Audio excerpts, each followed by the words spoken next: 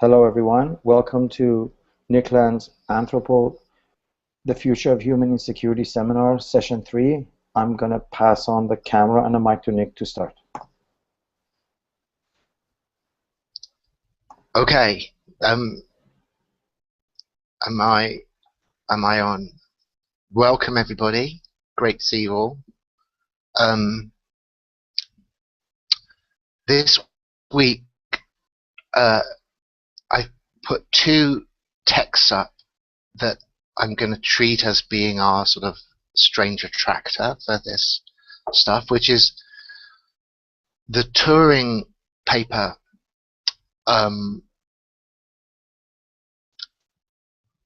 where the notion of the Turing test comes from, the imitation game,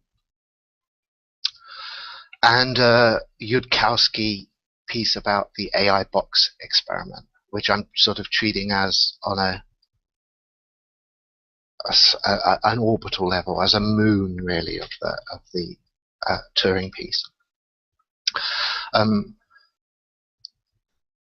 As usual, I don't really want to spend a huge amount of time in something that looks like lecture mode. There's one sort of elaborate point that I want to make, and I say elaborate because it goes off in all kinds of directions. There's lots of off-ramps from it.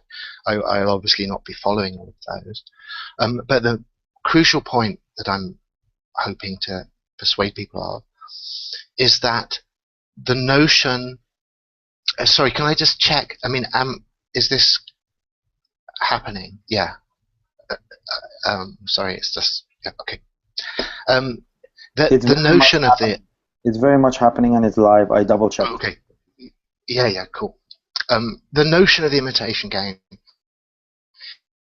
is embedded in an incredibly robust social historical framework, so that someone... I mean, I am obviously making no claim to expertise as a social historian, but this fundamental momentum of history is so resilient, is so overwhelming in its pattern, that I think it is completely safe against fundamental misrepresentation on the basis of a lack of minute historical expertise. And it's a history that ties the kind of specific questions about computers, how you would check for artificial intelligence, and then, as we see from Yudkowsky, specific modes of threat analysis, which Yudkowsky's text is very specifically about, that come out of that, in a very, very broad current of social, economic, and technological process. And this is facilitated by the fact that imitation is can be substituted very flexibly for a number of terms. And after you've finished with a series of these quasi-synonymous expansions, you've covered an extraordinary amount of territory that you into across the whole swathe of modern economic and technological history. And I think that a good way to start with this is by looking at the phenomenon of Luddism, obviously named after Ned Ludd, who towards the end of the 18th century became this mythical symbol of agitation. We can say political agitation, but maybe even that is slightly misrepresenting it, in that it's at the very sort of grassroots level of what's called, I think helpfully, labor strategy. That's the sense. On one level, it just comes very automatically for people of trying to improve or defend their bargaining position within a particular economic environment. And so obviously Luddism is tied up with the early history of automation. And automation, we can say right from the start, is to do with replacing human labor with machines. Now, obviously, this is open to a range of interpretations, some of which I think are plausibly considered, or certainly have been plausibly considered, to be hyperbolic. So, for instance, from one point of view, there's a notion right at the start of this particular type of industrial, technological, and labor history where people have thought that machines simply can relieve these vast swathes of employment, and that aggregate demand for human labor was going to be suppressed in some fundamental way. Now, obviously, up to this point, that has been considered, that is reasonably considered to be a hyperbolic interpretation. That new industrial areas are opened up, and new ways of finding opportunities for human employment arise, and so it's actually has a name as the Luddite era, the Luddite fallacy.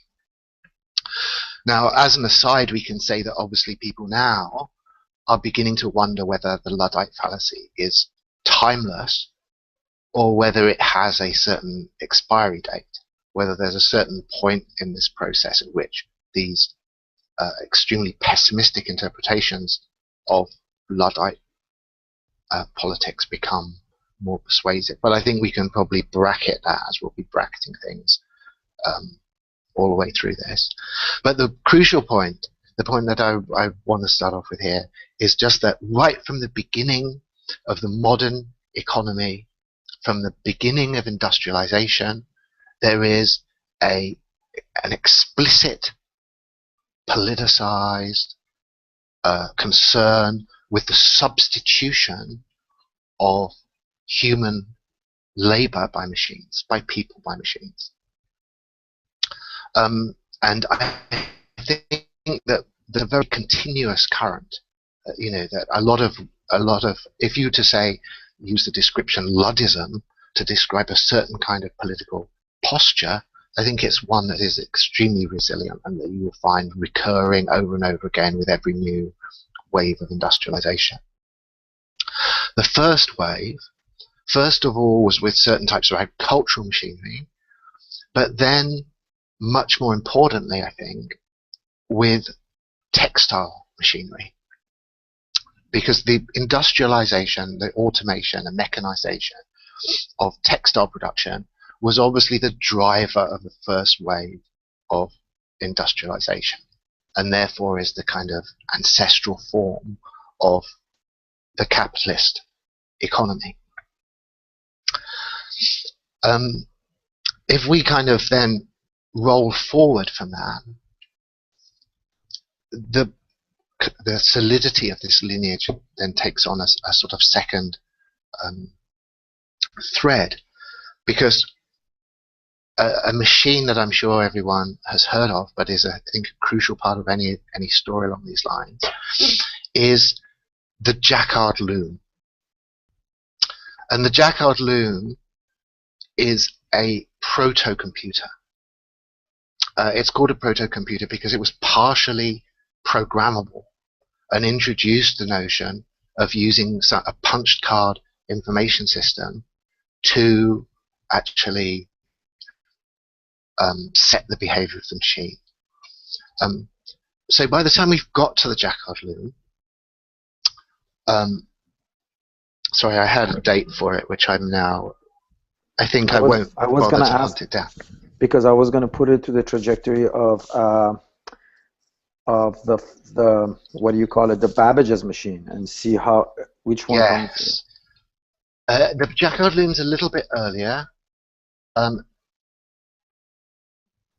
Well, now I say, maybe I'm jumping to conclusion. I'm just about to give you an exact date for that. First demonstrated in 1801. So Babbage's difference engine, which was not 1812, actually programmable. Yes, I mean he was not very good at execution, so all his projects kind of smeared out across a long period, and he was still messing around with this in the 1830s.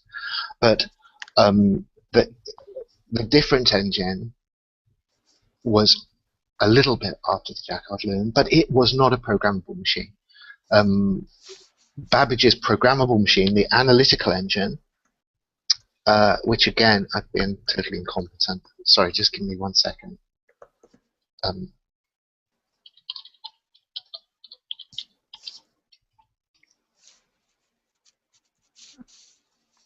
Yeah, it was first described in 1837.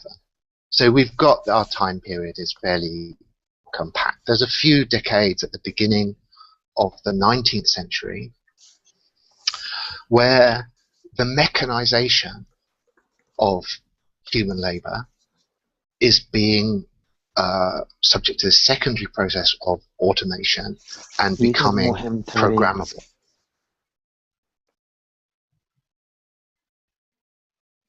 Sorry about that. No, that's... Sorry, what are you apologizing for, Mo? I just murmured something. I'm sorry. Okay, that's fine. No, murmuring is encouraged. So two waves of this thing that I think the important thing from my point of view on this is that there's a great sense of continuity in this. Like, you know, the mechanization of these processes tied up, I think, in absolutely unquestionably with these very, very basic notions. Two that I think I'll restrict myself to at the moment. The roots of modern political economy, which is division of labor and commoditization. Division of labor, I think, cannot be concretely or realistically conceived without reference to this process of the mechanization of various labor processes. And if you actually look at the sort of discussion, Adam Smith always says division of labor is the key to all economic efficiency in the wealth of nations. And his example, the classic example everyone knows of this, is the pin factory. And it's all about breaking down a particular production process into a number of discrete elements that allowing for its rationalization, mechanization, and formalization. So there's an interplay between in industrialization between the technological process and the labor process. That division of labor is crossing those two lines, and the topic is absolutely indissoluble in this way. Like, I think industrialism is an integral concept. It doesn't have a separable economic and technological pole. You know, you can use those. You can try to abstract those things out from each other, but when you do so, you're moving in the direction of artifice, and their real integration happens within the industrial process. So Nick, you could say, can I ask a question, or should we just let you no, go? interruptions are totally fine. No, go for it. No, you know, the last thing you said about artifice is a whole new thing that I didn't really understand what you mean by that, but the way I've looked at it previously, and I just want to like use what you said as a way of supporting the way I've thought about it, is that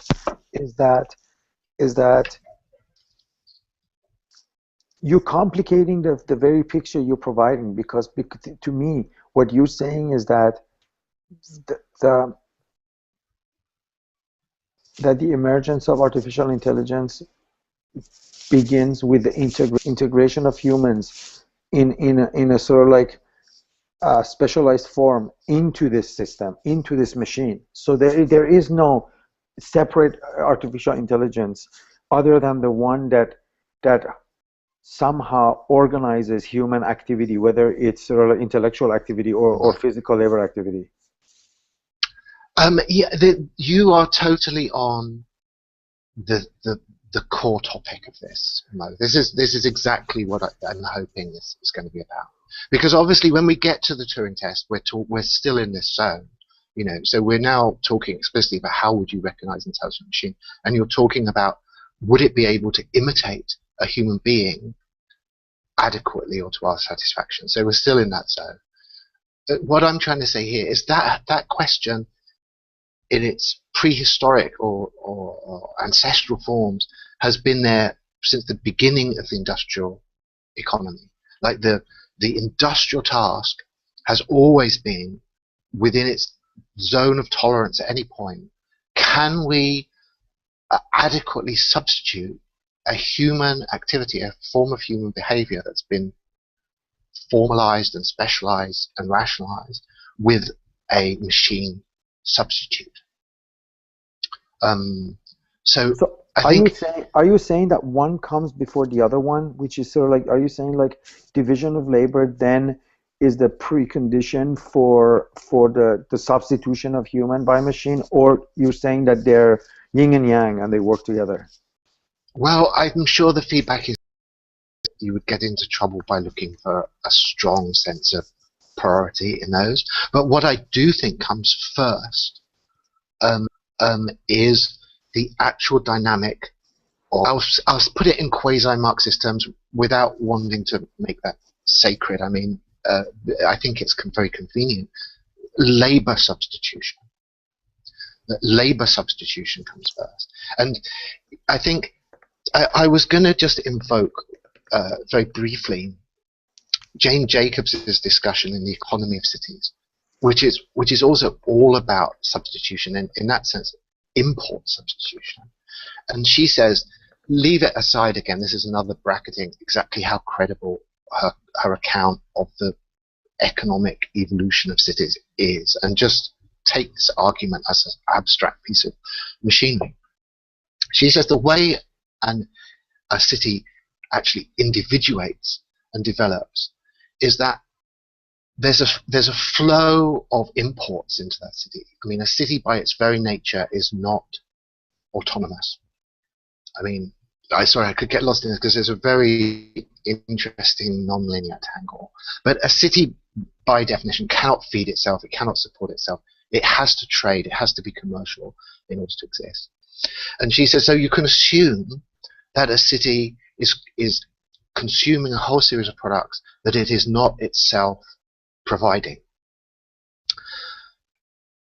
And her argument is that the basic dynamic by which a city develops and individuates itself is by a process. The fundamental economic driver of urban development is import substitution, so that various entrepreneurs in that city will look at the sort of things that have been consumed in the city, and they will make them locally in a strategic attempt to replace a flow of imports into the city.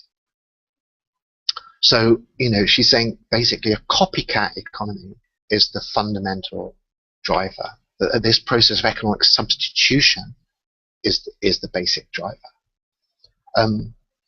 And I think that this is a extremely important, very highly generalizable argument. And it's almost coincident, it seems to me, with what people would call realism in sort of social history, or sort of even what they would call materialism, the true account of the economic factor, which is that despite all the hype about technology and invention and innovation being driven by an attempt to generate these completely new, unexpected, unanticipated products and then deliver them to the market, and no one's saying that doesn't happen at all, but that is a secondary and, in some economic sense, parasitic process upon this much more fundamental social dynamic of substitution. So that the industrialist, as we've seen, going back, the industrial revolution doesn't start with inventing some new thing.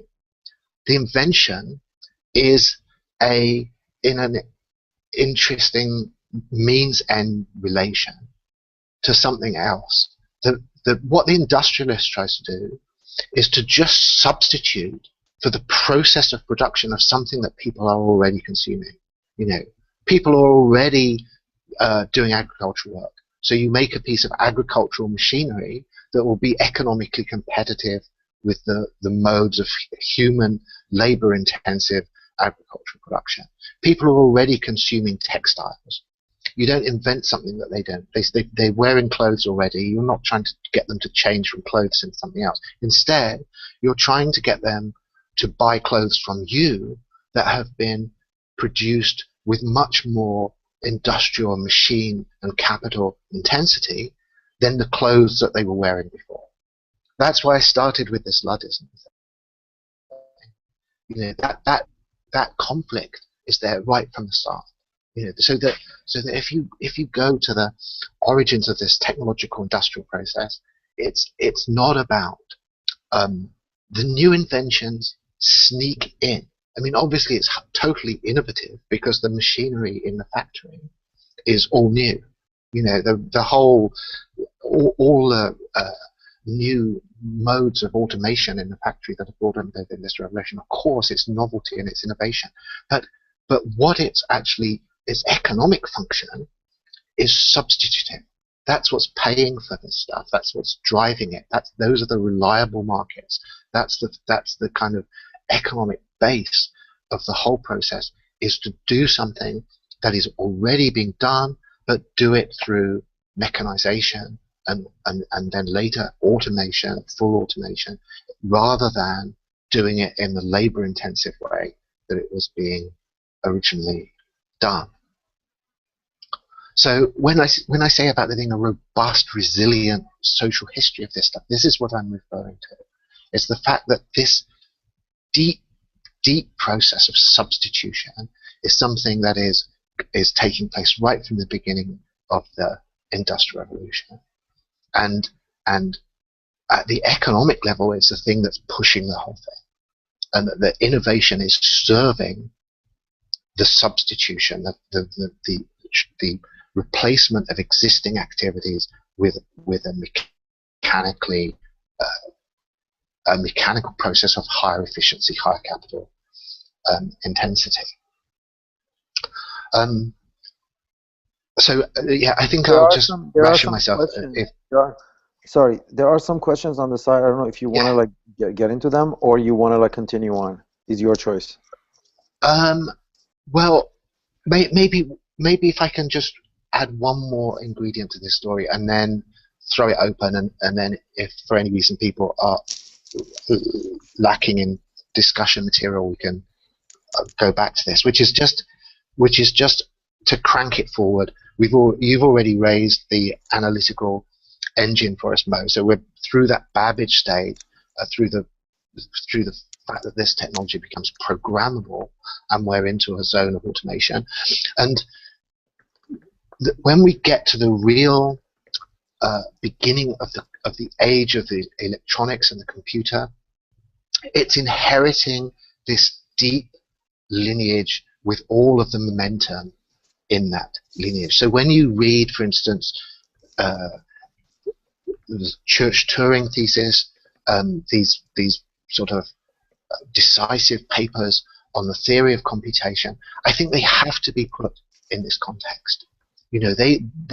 They've already got these machines. They've already got punch card technology that's come out of these lineages, and they already are therefore deeply embedded in this whole problematic to do with substitution.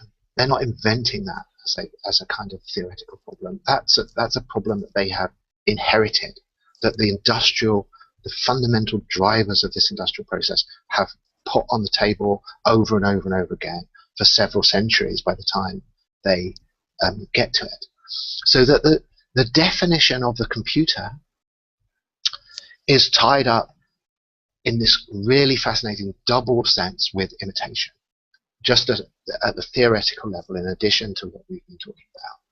Because what it is to be a computer is that something can simulate a universal Turing machine. And a universal Turing machine can simulate the behavior of any other discrete state machine. So we've got another off-ramp on what are the limits of a discrete state machine? There's masses of stuff about this. I'm treating, as Turing does, that the limits are not very constrictive.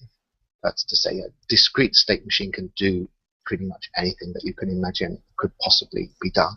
But there are arguments about that.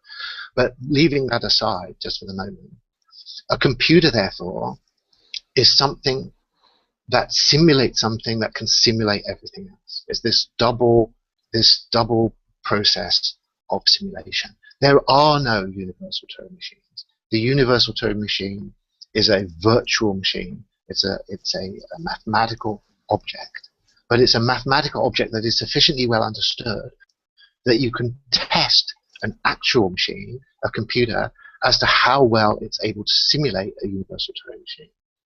And if it can simulate a universal Turing machine adequately, then it's judged to be Turing complete. And because it's involved in that double simulation thing, it's able, therefore, to simulate the behavior of any other mechanical system that is not only yet instantiated in history, but is even conceivable.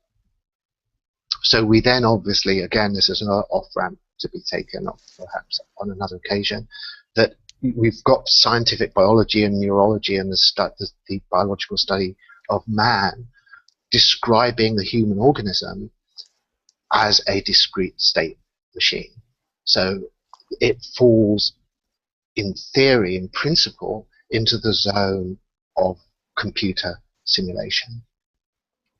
But as mentioned last week, and I think that this is extremely suggestive, is the word computer itself.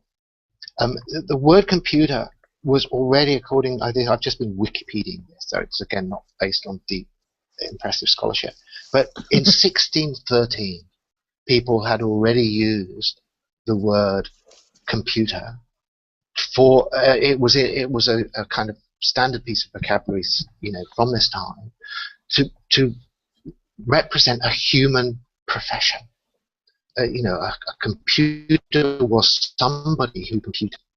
And as I say, from the beginning of the 17th century, we know the word was used in that time. The Wikipedia, again, has got a really nice quote from the New York Times, May 2nd, 1892, quote, "A computer wanted.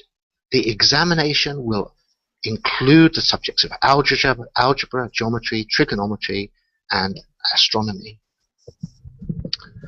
So, first of all, obviously Turing,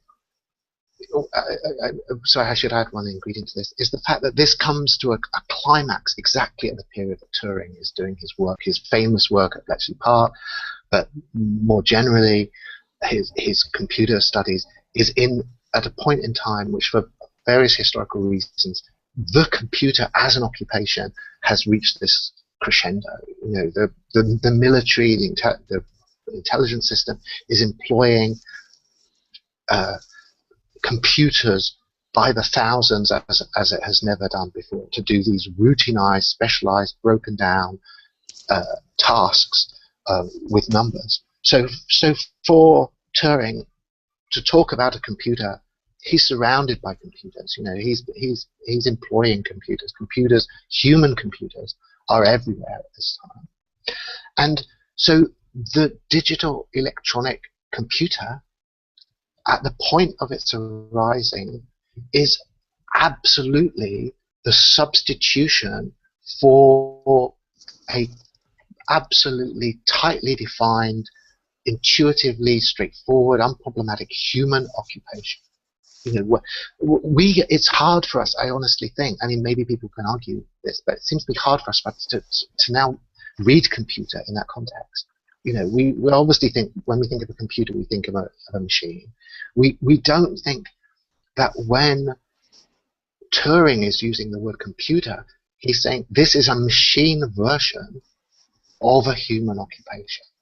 It's therefore absolutely in this continuous lineage going right back to these first textile machines that are artificial looms, all these artificial machines that get their names, that get their identity, that get their economic function and their revenue streams from the fact that they are substituting for some defined set of human activities. And the computer, I'm willing to say, is not any kind of break from that at all.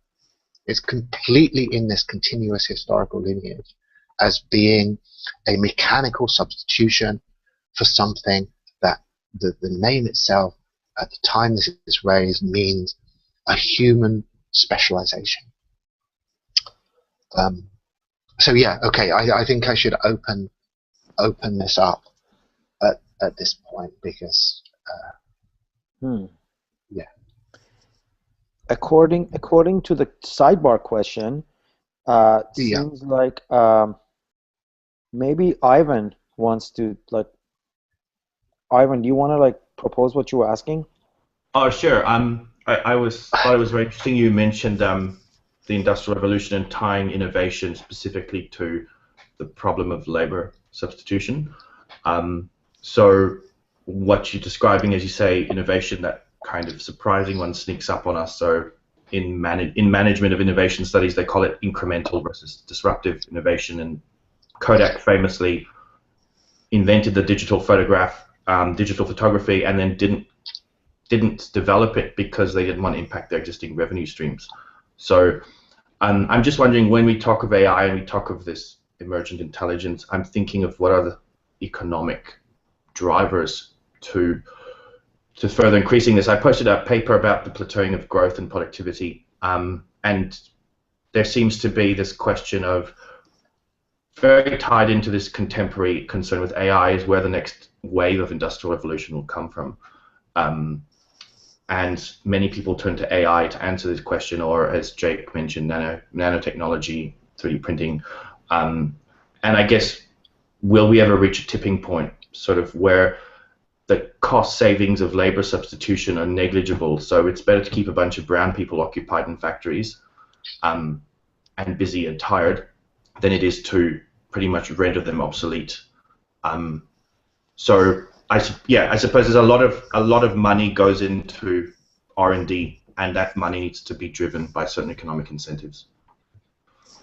Sure, but now maybe this is a kind of Marxist argument. I'm not totally sure, but it seems to me that if you look at this historical process,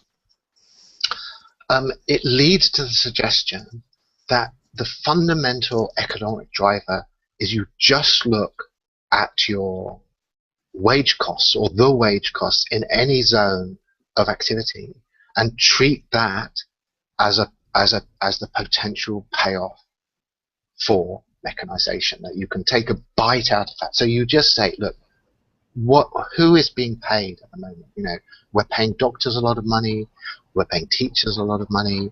You know, you just look at the high. It doesn't have to be that individually the people seem to be receiving a lot of money, but just in aggregate, what is the total wage cost of any zone of economic activity? And that is a potential gold mine for mechanization. I suppose as well, in a cybernetic view, which is obviously very different.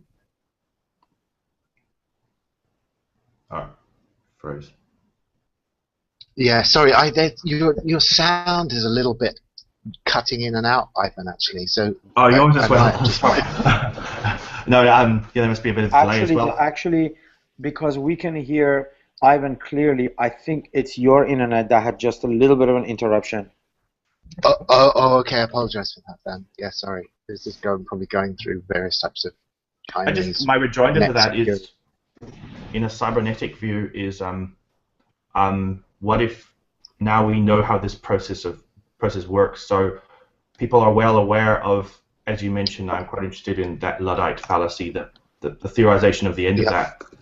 And if we look at it in the aggregate, it's possible that today we would fear the social changes of further labor substitution. So it's possible that innovation to some extent be Yeah. halted or be slowed down. As Jake Well, mentioned, 70% of pharmaceutical industry is spent on marketing, not actual R&D, because it's very hard to actually tie the cost right. sunk into R&D to actual productivity gains and new products. Yes. I mean, I think the pharmaceutical industry is extremely complicated example. So, I mean, I'm tempted to push it a bit to the sidelines because there's so many weird things about it. It's like super regulated. It has all these intellectual property issues to do with it. Um, it's a very strange and difficult industry. But in general, the the potential for kind of social conflict and very complicated social dynamics in all of these zones is that obviously as a consumer you are going to benefit from anything that cuts the costs of what you're consuming, and as a producer you're going to be, your bargaining position is going to be subverted if what your if your specialism or your productive specialism is being mechanically substituted. Sorry, I don't even know. I'm not going to go into a big thing on this, but just to say, I don't know. Did I even really mention commoditization? Because that was going to be the second term along with division of labor. I think I probably sidetracked myself. Yeah, On that. you did not discuss commodification. Yes, because it's just to say commoditization is also all about substitution.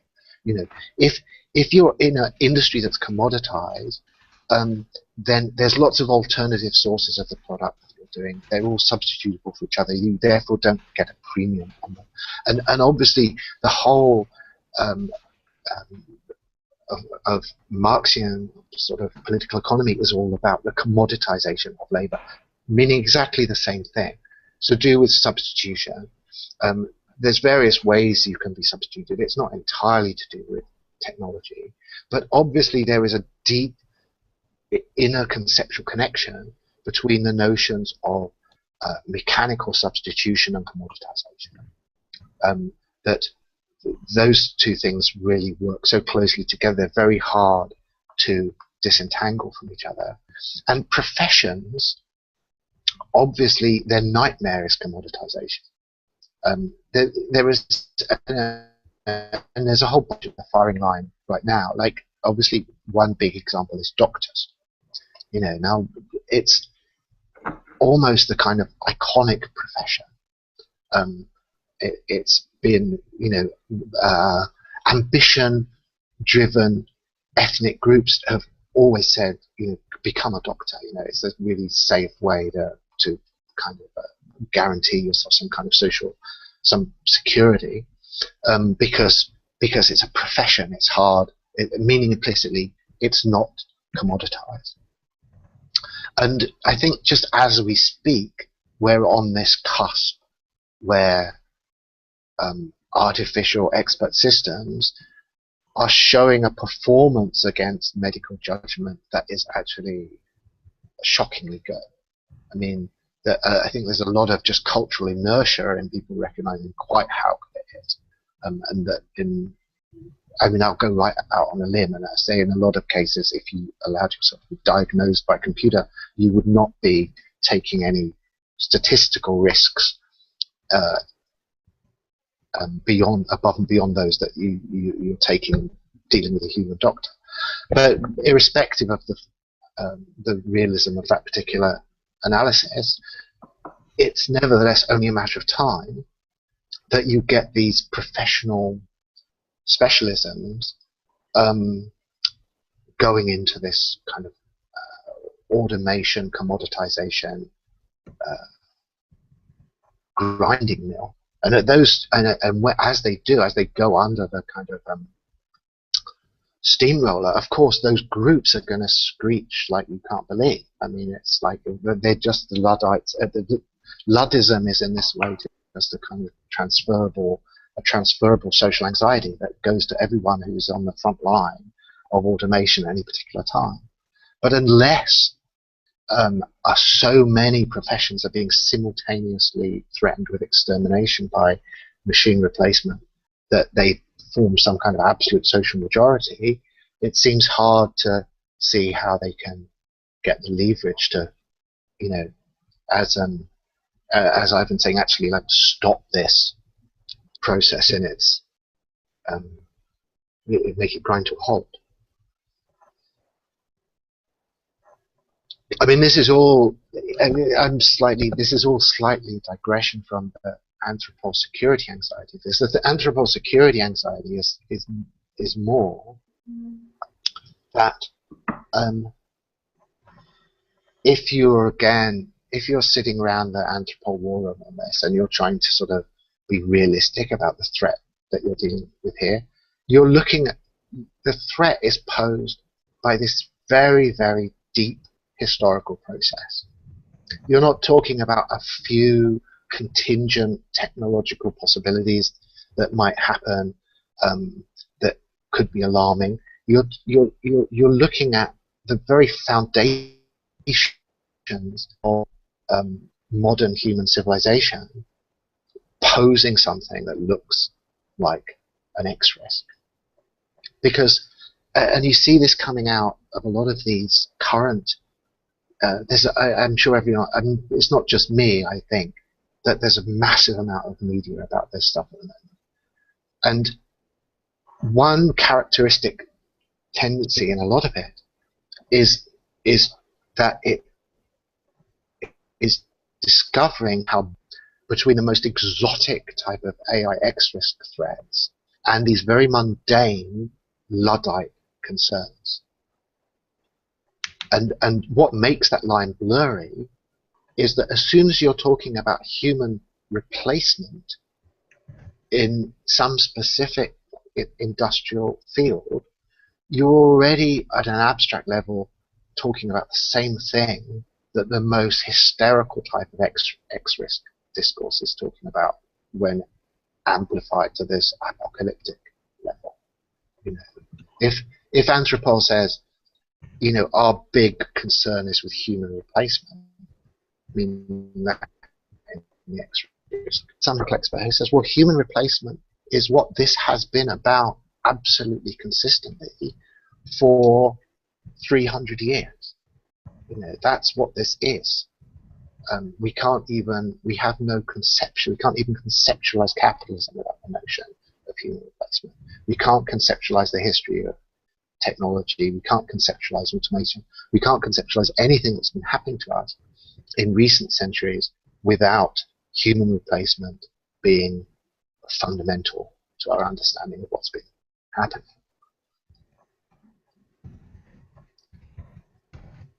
I guess Nick just brought up a point. You can go further back. It's like you're just arbitrarily deciding the 300-year or 400-year as the mark, but using different understandings of what constitutes technology, you can probably go like even further back and further back. I'm sure. But, yes, yeah, but I'm sure it's an arbitrary starting point. Yeah. Yes. But okay, so because I am trying to like play some form of a teacher assistant here while I'm like being a student as well as like whatever. If anybody who had a comment on the sidebar after Ivan, I see Joel saying something, right? And Jay bringing up something, and then Burke saying something. I don't know if you guys want to like. Joel basically put this large quote by Marx at 7:32. I don't know. Right, hang on, let me see. If you want to discuss it, Joel, or its relevance. Well, I mean, part of the issue, and I mean, this goes back to your comment about this arbitrary date. I'm not so sure that is a completely arbitrary thing that can keep going back. Specifically, insofar as that, and I mean, obviously, dating modernity is very difficult, but there is something that occurs with the modern, with the capital form, with the emergence of the commodity that does cause a very specific rupture, which sort of does start to begin this process. And this is what the Marx quote was kind of getting at. People were talking about the division of labor and this idea of whether or not the costs will eventually change. I mean, according to Marx, they never will. There will continuously be this sort of research and development aspect of it until it gets to the point where the labor, the human itself, becomes superfluous to the process. That was really just kind of the point of that quote of throwing that in there. Right. For him, it kind of works itself out until the human becomes completely alienated away from the labor and is no longer even a function of it. Right. No, I think that's right. And I mean, this is why I think starting with Luddism is good, because I think you can obviously say, as Mo is saying, that there are precursors, very persuasive precursors to this, and there's a history of technology that can be traced back beyond that point. But the fact that at a certain point in history, relatively discreetly, you get this outbreak suddenly of machine breaking as some kind of social activity that makes immediate sense to people. It seemed to have strong economic incentives. It doesn't need at the time detailed explanation of why people are doing this. That seems to me to suggest, as you say, that there's a threshold element to this phenomenon. And I think industrialization, The reason why I brought that up, Nick, is the example I used in the Chicago, my Chicago sort of opening little talk, right? Because if we take your substitution concept like a little bit further, basically my argument was that alphabetic languages were kind of like a substitution of like this like totally like too complex hieroglyphic and coiniform type of language, which kind of like made it really hard to sort of like create an easy and faster and more universal system of communication when alphabet emerged out of the Mesopotamia. Actually, it's not Mesopotamia because it emerges in Sinai Peninsula. Or then you can even say like language substituted intuition, which was something we inherited from animals, right? Like the whole concept of language as, you know, but I mean, these are just like becoming more metaphysical, but you can argue, I mean, sure, if you're looking at a particular type of limited understanding of what economy is, sure, maybe you're right, Joel, and we have to like kind of like set it in like 400 years ago with the emergence of like sort of like interest or like capitalization and, you know, like emergence of sort of like commodity and all that. And I can totally respect and understand that. But there's other ways of extending this, which sort of like is what I like to do. Right. Yeah. I mean, would you sort of think that there was some kind of proto-Luddism on behalf of, I don't know, priest castes that were being sort of economically threatened by these semiotic changes? It seems to me that you'd be able to predict that if you were going to be able to push that analogy strongly. There certainly was, at least if we look at when the Bible began to be translated, the priest class certainly came out and was opposed to the fact of their books being translated into a common language so that they were no longer the mediators of it. Oh, you're talking now about, we're in the modern period now. Yeah. I mean, this gets more modern. I mean, it does, but I mean, I don't know if there's examples of this previously to that, but there are at least historic precedent that we can point to of something like that occurring. Yeah. Well, I would definitely be reluctant to limit modernity in such a way that the printing press was pushed out of it. The printing press in the West, you know, I think obviously the printing press in China didn't catalyze those same processes, but in the West it seems to me it's such an integral part of what we mean by entering the modern world that it would be odd to treat that form of mechanization as somehow outside our scope.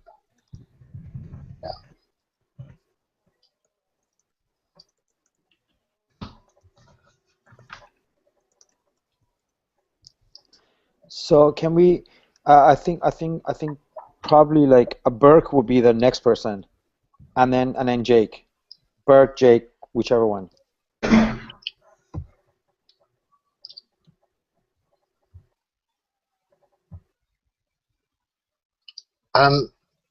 Yeah. Jake, Burke Burke is silent. So No, sure. why don't we start with Um, Jake? I was just sort of thinking about Ivan's point, and like there it definitely seems apt that we're seeing it actually happening where there's a disincentive to pursue things that only manifest as marginal gains in productivity because they've sunk so low, but there's still surplus to be gained from going further. And how that surplus, sorry, I'm really tired right now, where that surplus is distributed is a matter of the second order cybernetics of the problem. And it's something that we don't do with markets for the most part. Or whose large-scale distribution is not something that's principally been accomplished by the same open, rapid-paced markets that primary manufacturing innovation is happening in. So, like the example for me would be there's $20 trillion in listed assets and unextracted oil and natural gas reserves in the ground, and that's why there's never going to be carbon emission mitigation on any significant scale, even if that was still possible, or it mattered if total climate catastrophe wasn't pretty much inevitable at this point. It would still not happen because you're never going to be able to write off $20 trillion in listed assets. It's just not going to, it's impossible. And as a problem of like how do we better model this surplus as future availability to more actors and different kinds of actors and rapidly redistribute it as a decision-making process for that. I can definitely see a lack of that creating the kind of problem that Ivan talks about without it being, I don't know, a sort of a conscious, systematic decision to use cheap workers in order to keep them politically under control and not bothering to go after various things.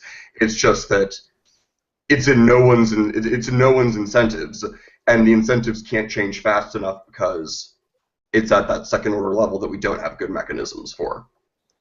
It'd be kind of just my spitballing gloss. I don't know if that makes sense. Right. Yeah, I'm not sure I'm quite bridging the thing between. Okay, you've got the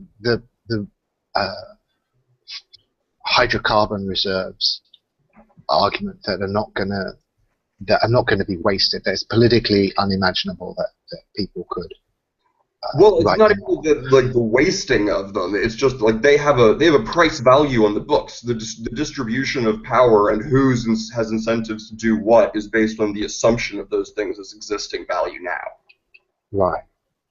But so how does that cross into the labor argument? You couldn't just take us through that one more time, could you? I mean, that's the part that's what are the assets there? Populations that are simultaneously political and social unrest control problems and laboring populations. Right. What do you do with all of these people?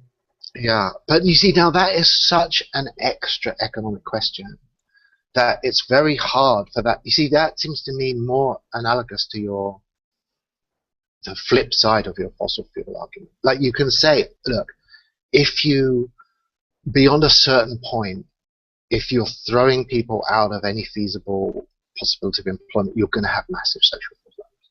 But how can that be coordinated as a social and political problem? I mean, up to now, history suggests it just, I won't say it can't be, but it's extremely difficult to coordinate that problem. Because for any as long as you have distributed economic agents who could locally benefit from some incremental advance in mechanization, then they're going to do that. They're going to get a competitive advantage from that. They're going to expand their market. They're going to push that process forward by these totally uncoordinated, local, economic incentive-driven processes. It's a loser's game to try to stop mechanization. Like, that doesn't make sense. That's not the way to do it. The problem is, where does the surplus created by the diminishing cost of production go? It's only when you remove people's access to the economic flows while increasing them that you have this sort of widening asymmetry that makes less and less sense. Right.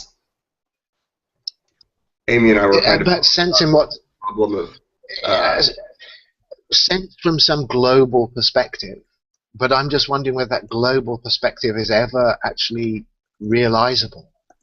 I mean, in a kind of in an actual effective politics or an actual effective regulatory framework. I mean, leaving aside questions about the practicality of those, just the sheer coordination problem, in the sense that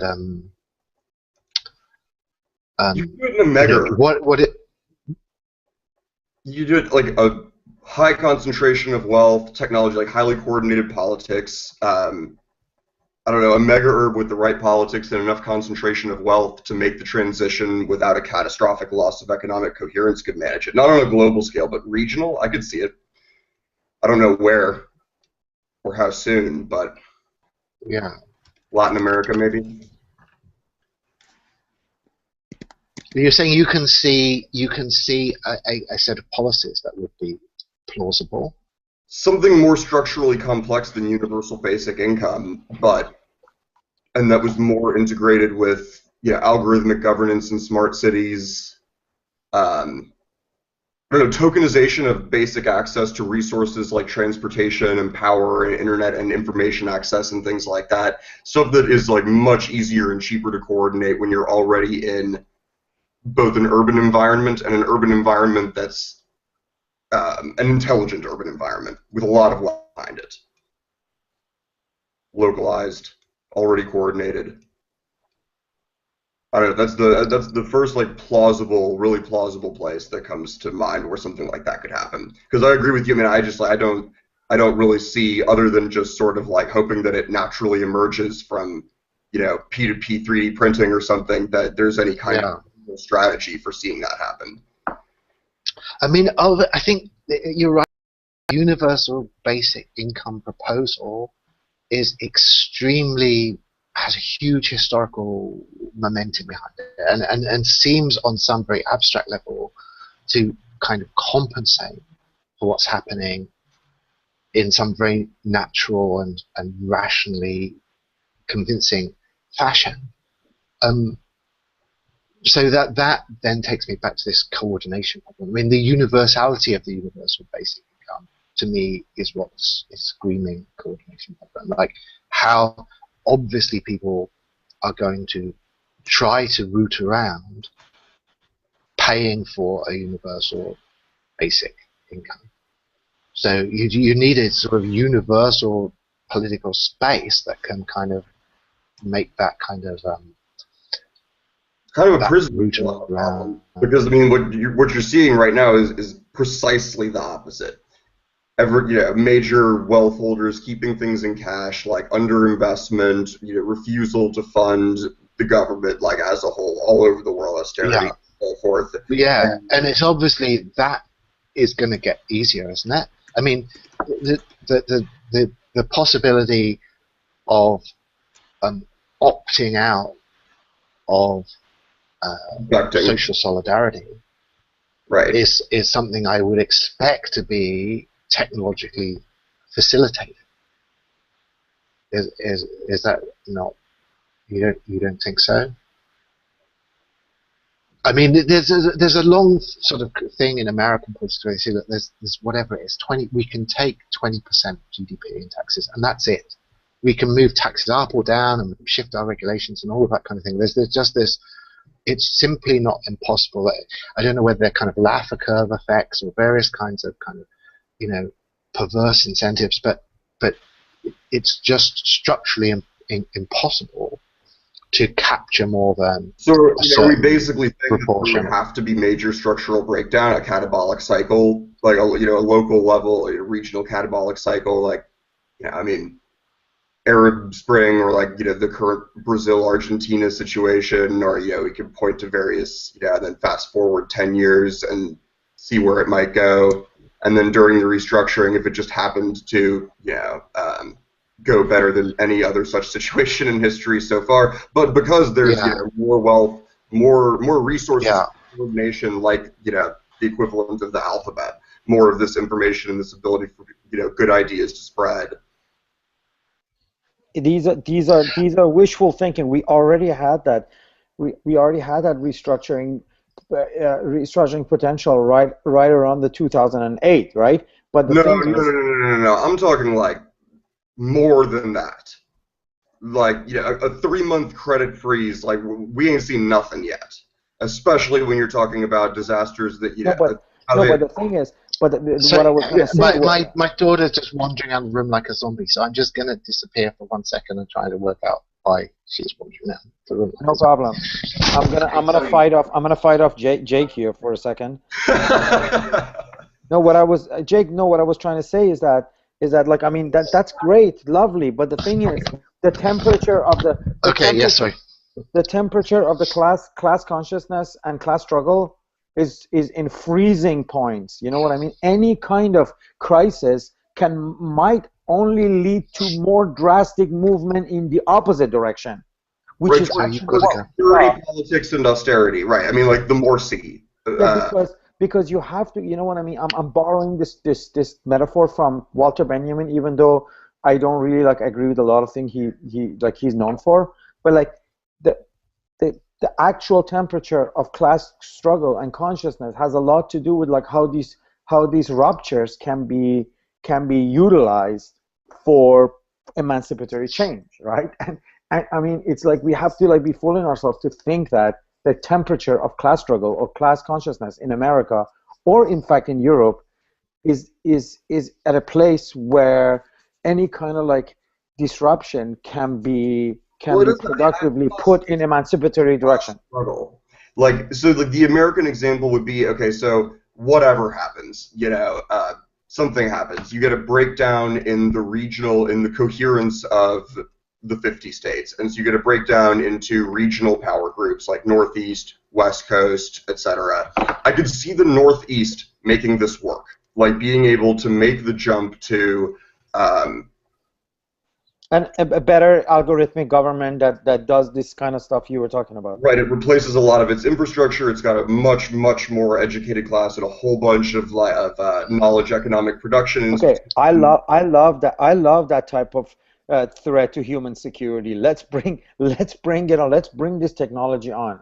Like and Yeah. at the cost of like breaking up United States and Canada and Argument so Mexico. much as I just like I don't know. I very much buy Reza's, however he puts it, that there's always another way out. If you think that there's only one monological way that can proceed, and it's securitization and the concentration of abstract resources into one capital class, proletarianization and security politics, and that nothing else happens in any other circumstance, you're just not looking at enough possible permutations of circumstance. No, I mean, for sure. we're heading to, I don't know, an extremely miserable situation. I mean, for sure these scenarios all need to be pursued, but I'm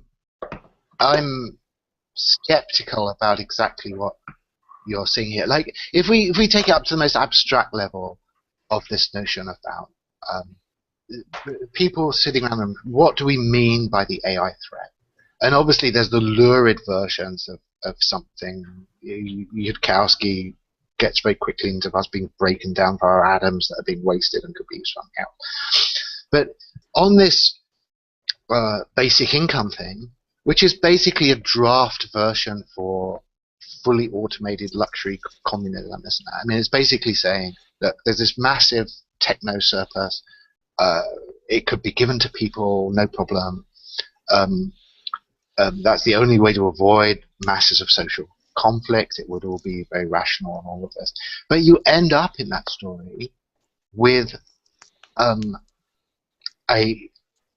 human population that has been defined as being fundamentally non-productive, that is being basically supported by this machinic production structure, and being supported, I mean, on a basis that is that works.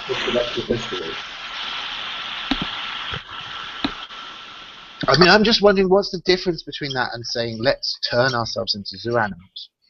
It's like we're basically saying let's set up a system where the machines do all the work, produce everything, and then keep us, provide these resources in order to keep us healthy and cheerful and all. I mean, is that not a kind of you know, are we not just producing this For human sure. I mean, zoo being tended by a...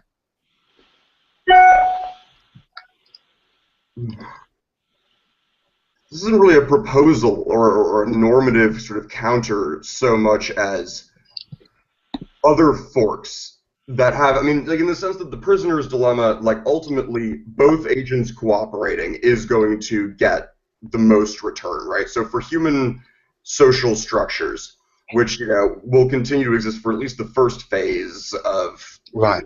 increasingly intelligent distributed production and everything, like there is a win strategy other than the everybody defects and then, you know, pay for security, the jackpot scenario or whatever. And so what I'm trying to explore is, like, is it reasonable to think that in certain areas the parameters will be right for the emergence of this strategy, because once that strategy, like, can take hold, it does produce it produces a winning surplus that would allow it to sustain itself for some time.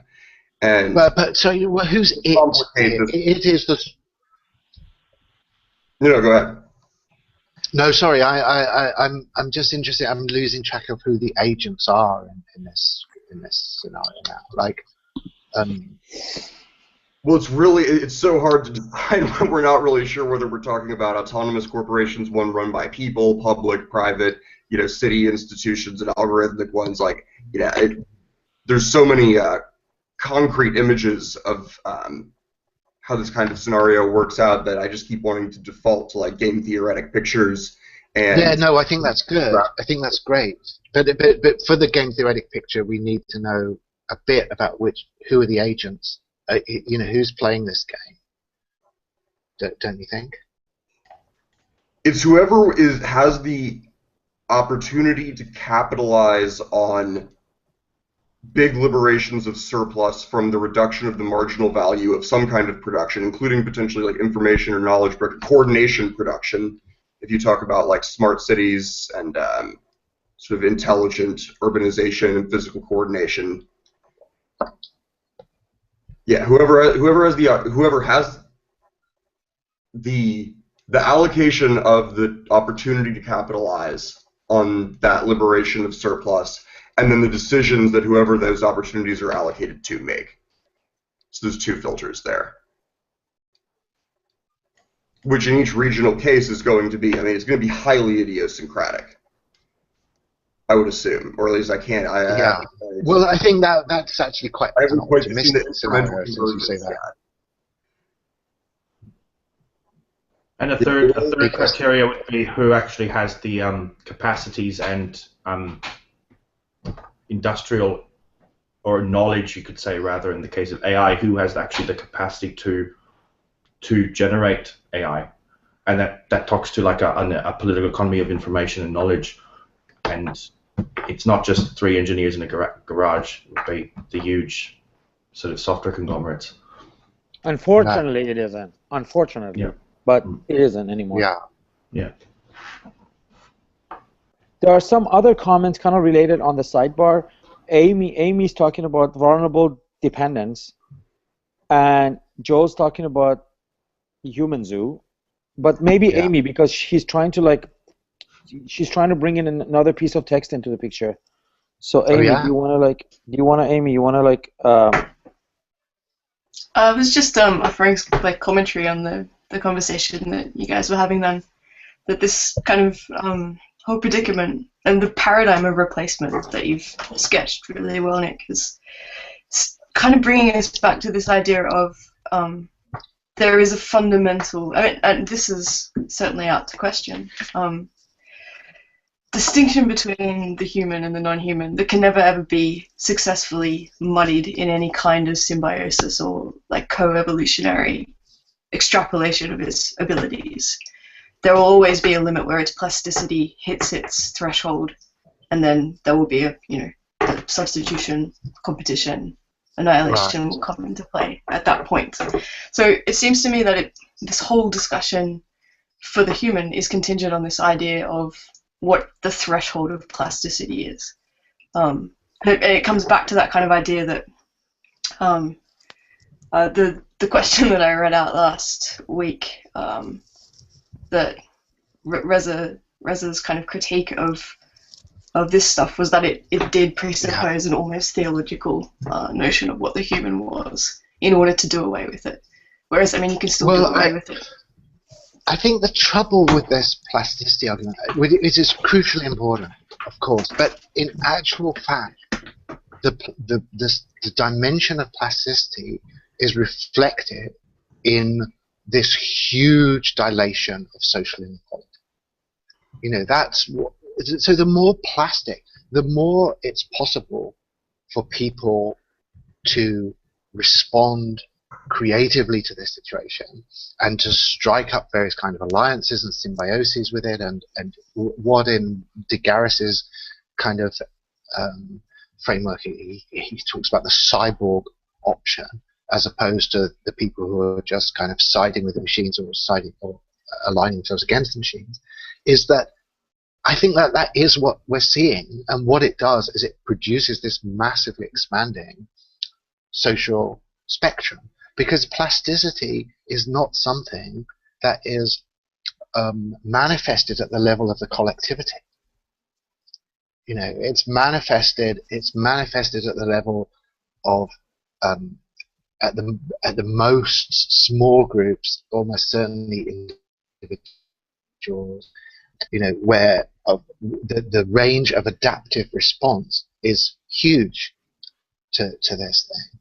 So it's just what I'm saying is I'm not sure in terms of like the kind of we're on the kind of I think sociological crisis mode more than more fully eschatological machine crisis mode at the moment in this thing, and it seems to me that isn't in any way ameliorated by a reference to plasticity.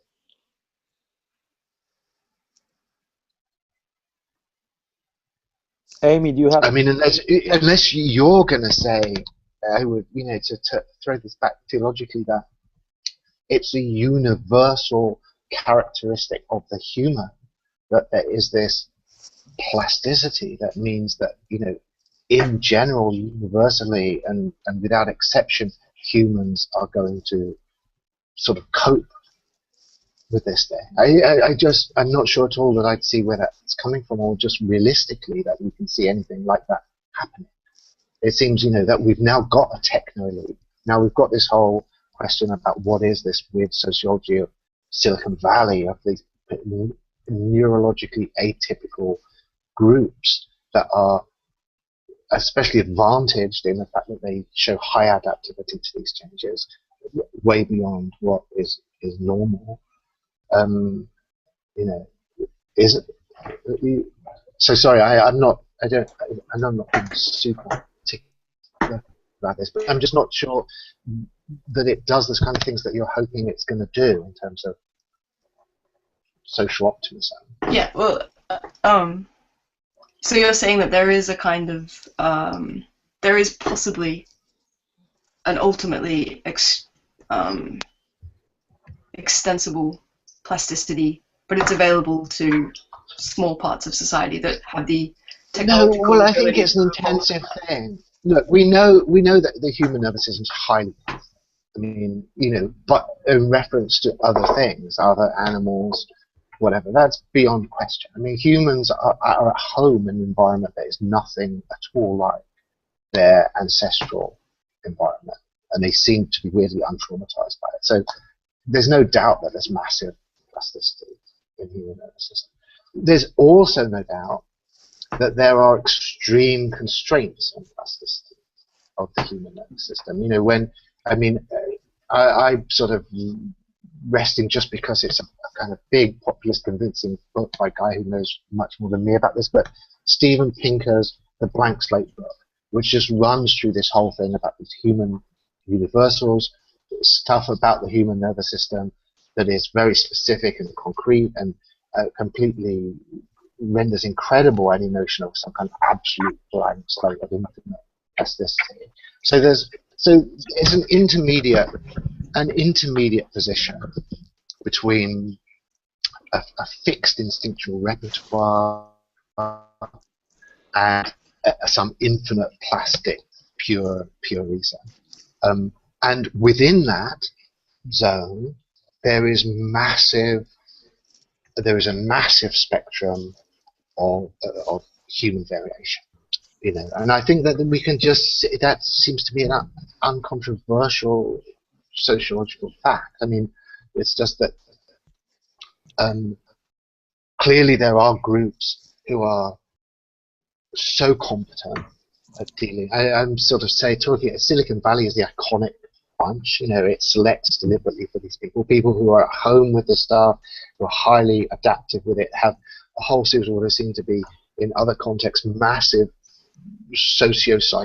psychological disabilities, but in the context of working with machines are highly advantaged, and people who are just hopelessly just numbed and crushed by what is happening.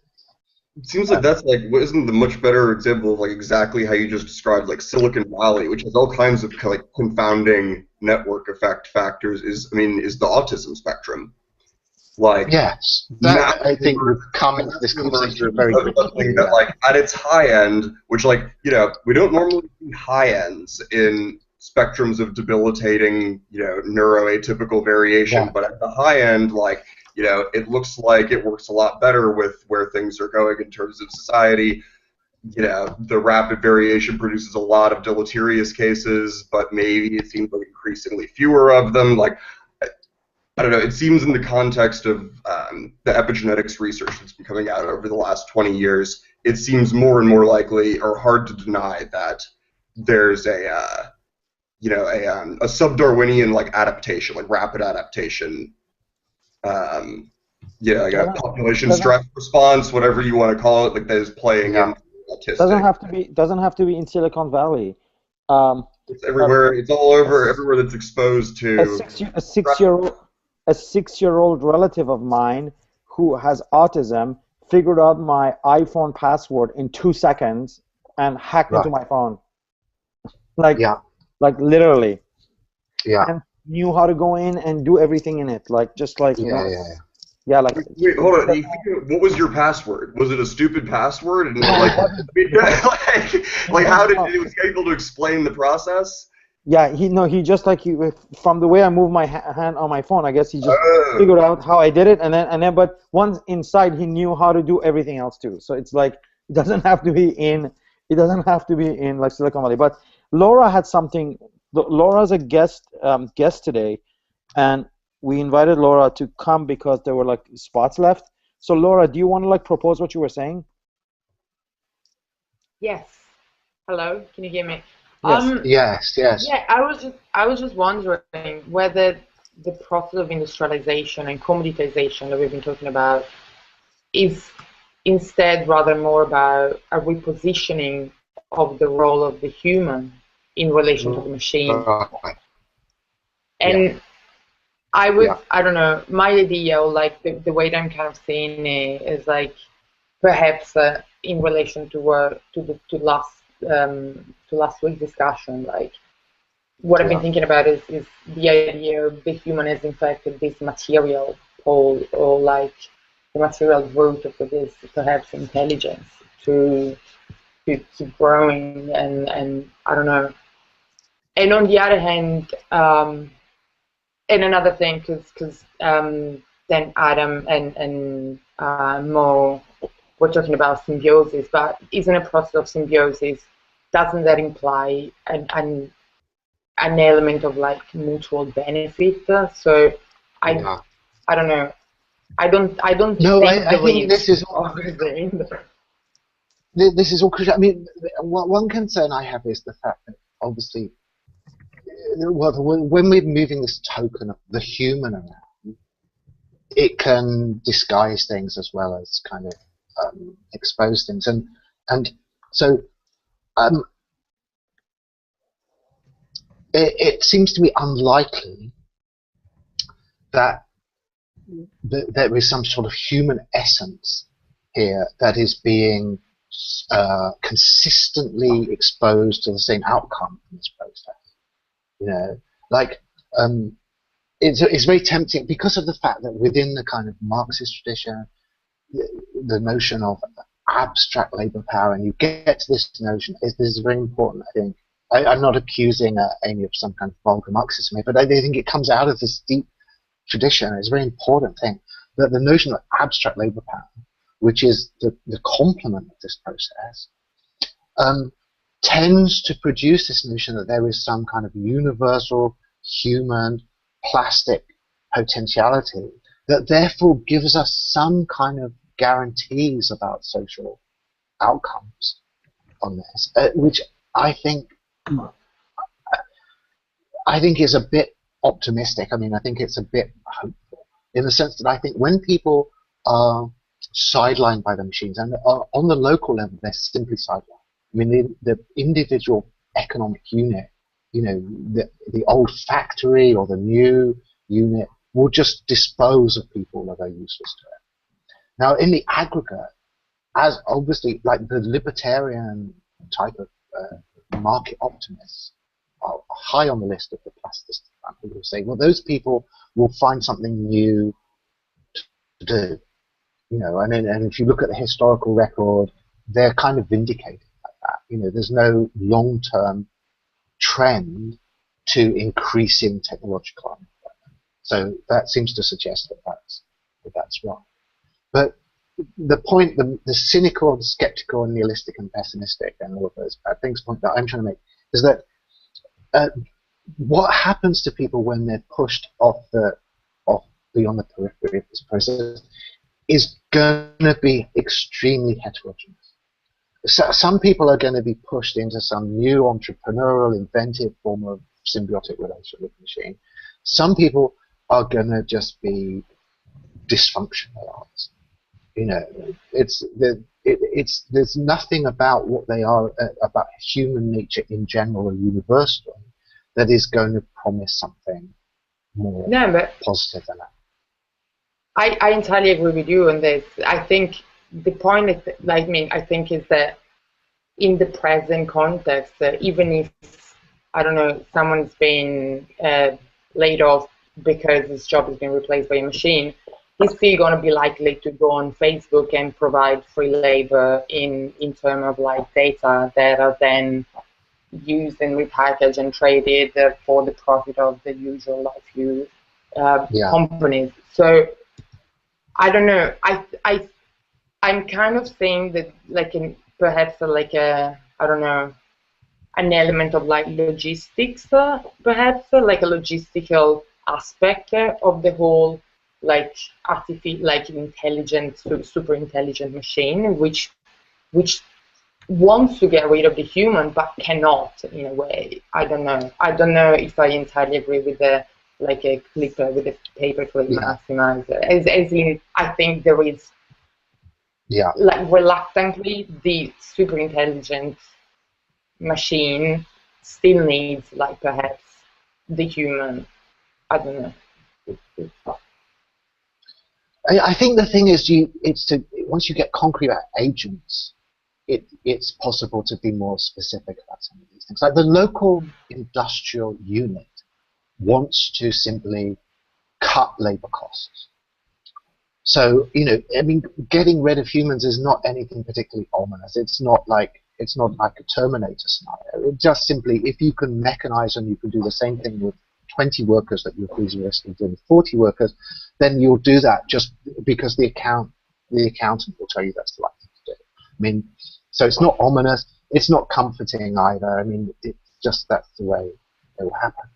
And then obviously on a more macro level, you want consumers, but then you've got a coordination problem. So this is we're now sort of, as we go out in a way from the micro to the macro, we're drifting left in terms of political commentary, and so we've drifted a little bit left now, where the issue is to do with demand preservation. And this at a certain point, a little bit further out into the utopian, whatever becomes like basic income arguments and stuff like that. The trouble with the demand preservation aspect is back to this coordination problem. Like, there are no robust social agents that actually represent the interest of demand preservation. there are social demand that represent the interest of industrial cost cutting. You know, the owner of a factory will represent that interest very successfully. As soon as you're saying, well, we need to keep up the level of demand, that we is gone into a much weaker level of social abstraction, and we're in these, you know, you're invoking social solidarity, and you're asking for certain type of political processes to resolve this coordination problem. That is not self-resolving. That's almost like what I was saying in terms of lack of class struggle, class consciousness, which I borrowed from Benjamin, right? Like, that's why I think, I don't know, I tend to agree with Nick. But you know what, there's interesting stuff being said on the sidebar. Maybe we should ask Brandon to sort of like talk a little bit about hello, Brandon. Can you talk? Do you want to talk? You have to unmute yourself, of course.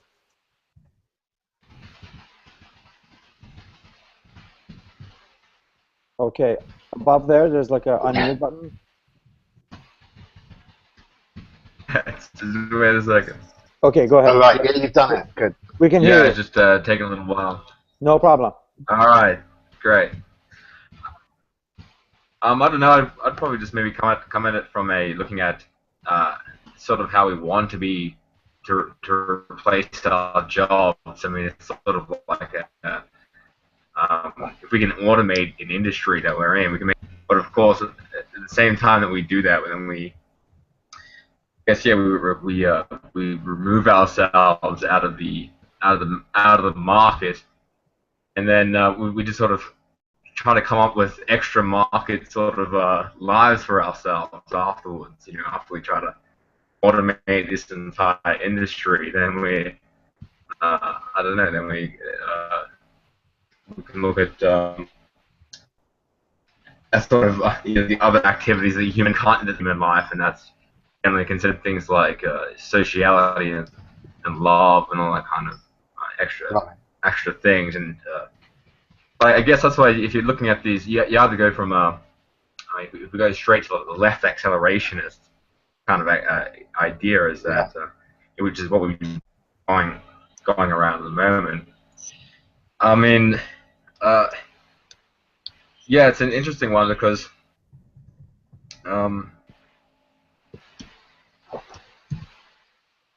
yeah, I guess, yeah, I don't know. As you say, that if you're looking at it from a political perspective, you're putting all these people out of a job, and as you, and I don't know, but the universal basic income, giving people money to go off and fill our lives in ways when we don't actually have any employment, you know, is sort of problematic, as you say, because there's no way to make us functional if we're not employed in some kind of, you know, technological endeavor, if that's all being taken off. Also, I'd look at like if you're looking at like competition and niche and niches and things like this. I mean, if you look at Silicon Valley, there's always going to be that those new companies are getting the top 5. I think in Silicon Valley is changing all the time every year. So it's very sort of common that this sort of explosive niche that moves into the market and then, you know, and takes over that way, but it becomes a major sort of. So I don't know. That's all the stuff that I talk about anyway. I don't have too much to say. Yeah. Yeah, I mean, I think that there's 2 levels to this, and both of them are extremely topical at the moment on different levels, and they have a structural relation to each other. And one of them is this, I think, sociological level, which is, I mean, it's maybe slightly predefined to this, but I think that the universal basic income is like really central there. I think this ideal of fully automated luxury communism is the kind of teleological end product of it, and I think it's represented by left accelerationism. And it's really the notion, it's the hope that these trends could serve some kind of collective interest in human flourishing. And then on the other level, there's the more so much like yeah. Sorry, who am I talking to? Brendan. no, I was just gonna say that.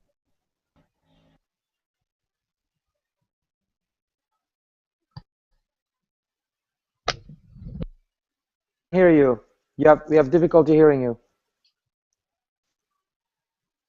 Yeah, sorry, I don't know whether it's my end, but I'm. No, I can't hear Brendan either. I can hear you perfectly, Nick. I think Brendan's having a microphone problem. But go ahead, Nick, if you have more to add. Can you hear me? Hello? Sorry, Mo, are you talking to Brendan now? No, I'm saying I just want to make sure that I can be heard because I'm keeping the room I can alive. hear you fine. Okay, so the problem is local and has to do with Brendan, and Brendan is not muted, so I think he must have a microphone problem, or he's muted on his side. But well, I just wanted to take the opportunity and fill up this gap that's created right now and say my problem with universal basic income. My problem with universal basic income is that it doesn't define what is demanded in exchange for the universal basic income. Because just to bring it down to a really basic concrete example is I don't want to give a bunch of soccer hooligans in England £3,000 a month to just be soccer hooligans. I just don't want to do that. I personally don't want to do that. So what kind of social or collective responsibility are we demanding of people who are we going to put on this UBI eternally? So that's one problem. The other problem is what you said, Nick, which is unless we have a universal political system on a planetary scale, and I've brought it up with Nick and Alex in an interview I did with them with Philip Magazine, unless we have a universal unified political system, what we're creating is a form of socialism in one country in which advanced democracies in the Northern Europe, American world might end up with a universal basic income at the expense of further primitive accumulation and further exploitation of places that are going to be off the UBI because they don't have systems that can afford to give it to them, or they're purposefully cut off in order for the North to afford universal basic income. So these are my two problems with the UBI. Right. Yeah. Did they have an answer to your question on this? Not really, but it's an interesting conversation, and I can post it to the classroom afterwards for people to see what kind of responses Nick and Alex had to it. But really, to me, these two are very important questions, because to me, some form of not labor, but some form of responsibility needs to be exchanged for the UBI. Otherwise, what are we producing, or what are we reproducing by giving people UBI? What are we reproducing socially? Pardon me?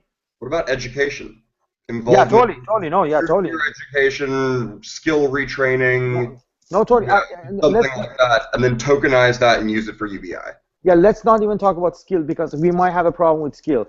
But at least some form of involvement in a production of knowledge or participation in the dissemination of knowledge has to be there, because skill is still very much labor related, and if they're really being replaced by machines, what kind of skills you're going to learn that, you know what I mean, you're completely replaced, right? So but for any reasonably near term, I mean, skills involves it includes knowing certain programming languages, or being familiar with certain kinds of systems, or just learning. But realistically, Jay, I mean, I'm sorry if this just sounds too I mean, dark. I But know where you're going, but the yeah. proportion of the human race that this is relevant to is not huge. You know what I mean? The human species is not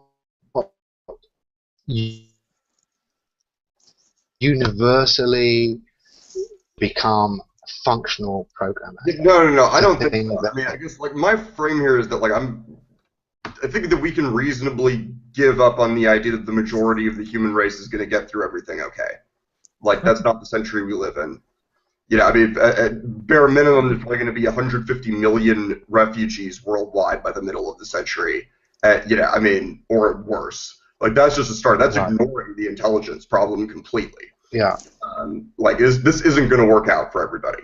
I'm happy if they just like write poetry or like I don't know, paint better or like learn how to like I don't know, do something, you know what I mean? I mean, Right, that's kind of what I meant by like it doesn't really matter whether the skill is being put to use. It's more like if you want your UBI to be part of a feedback loop that's actually building something. that's You know, what I mean. Yeah.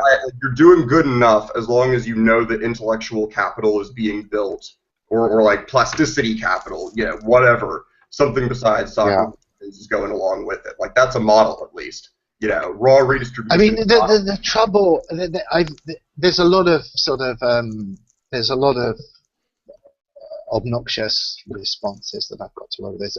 One of them is to do with, it goes up with Amy's point, to do with plasticity and some of this kind of stuff, which is to do with the history of education reform and education policy and education optimism, and the fact that it seems to me there's very little room for great optimism of the fact that political commitment, resources, these kind of forms of investment are able to move the bar on this critical zone that seems to me to be cut right across the whole sort of UBI policy, plasticity zone, across all of these kind of things, that like educational outcomes are not, you know, they waver up and down on some kind of ground emotion or something roughly like a random walk. Maybe they can be shifted a little bit one way or the other, but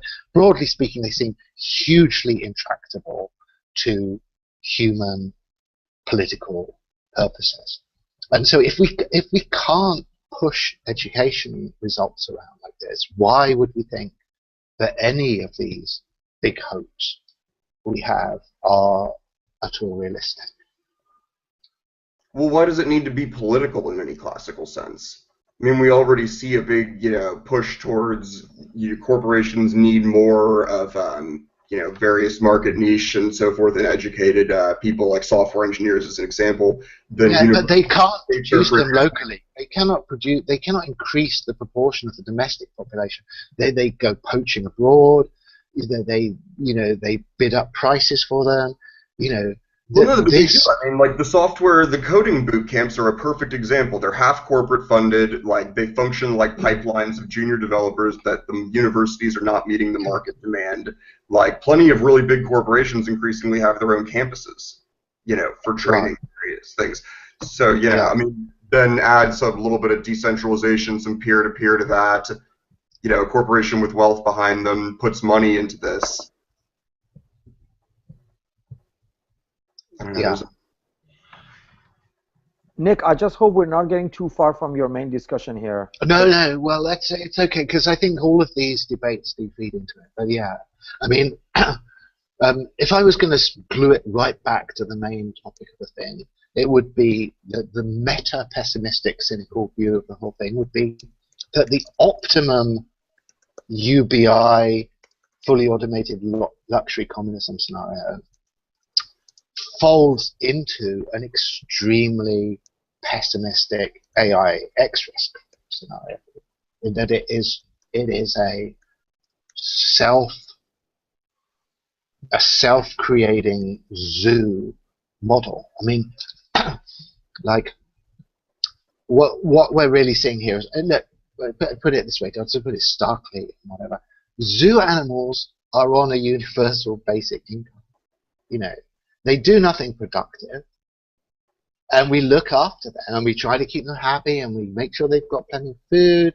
And I don't see the difference in principle between what are the vision of society that we're talking about in They do something the though, Nick, automated country right? communism, and what we're already seeing in the way we Nick, treat zoo animals. Nick, zoo animals Yeah. do something though. They entertain people, you mean?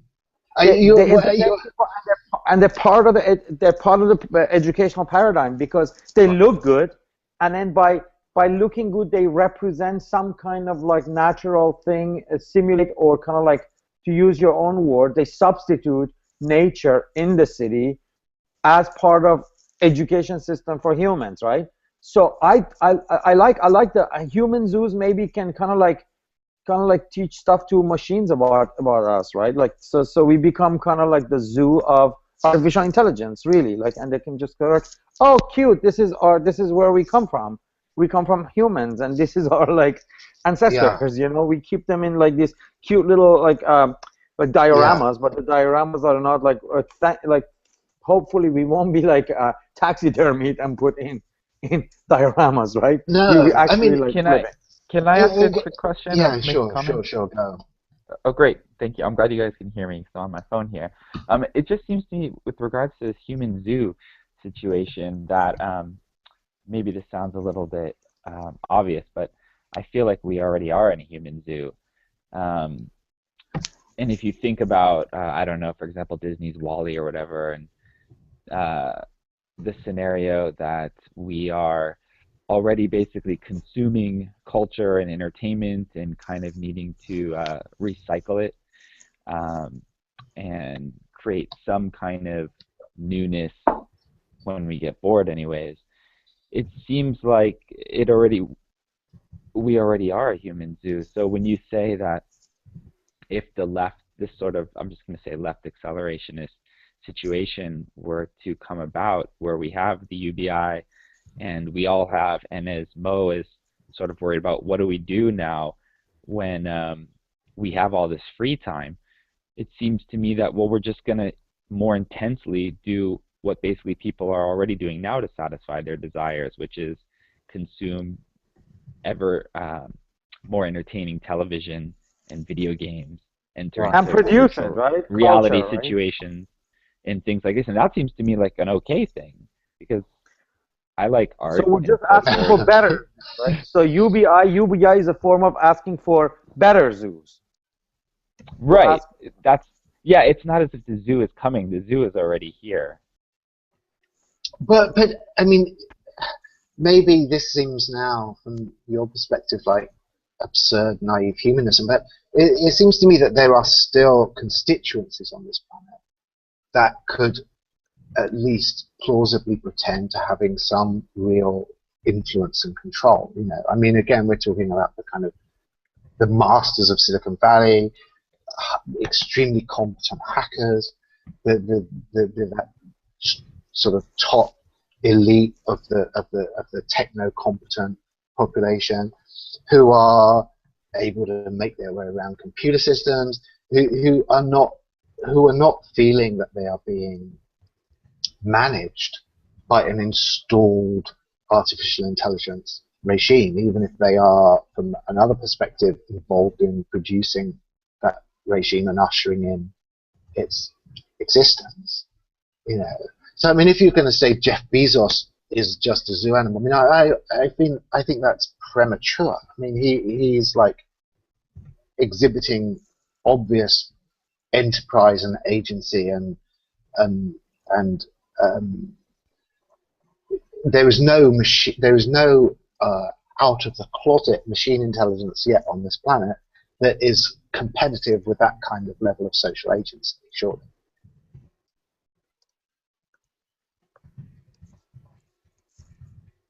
Look at I mean, one of my faves at the moment for this kind of heroic, almost Randian sort of level of human agency is Musk. He decides, I'd love it if there was a Mars colony, and I mean, however plausible it will be that 1 million people will be living on Mars within his time frame or any other, he's built a whole rocket industry on the basis of this, and all, a whole bunch of massive social transformations have been initiated in order to pursue this particular entrepreneurial vision that, again, outside an extremely paranoid metrochronic machine incursion scenario, beyond my level of paranoia by far, this is coming from Elon Musk, isn't it? It's not being imposed upon him from something else. So can I just respond to that and ask, then if this is considered a left position or a left accelerationist position, how could you maybe contrast that by way of a right position? What would that look like? So I think the right position on this is quite simply profound skepticism. That the coordination problem involved in the optimum outcome from the perspective of left accelerationism requires the solution to a coordination problem that is in fact insoluble.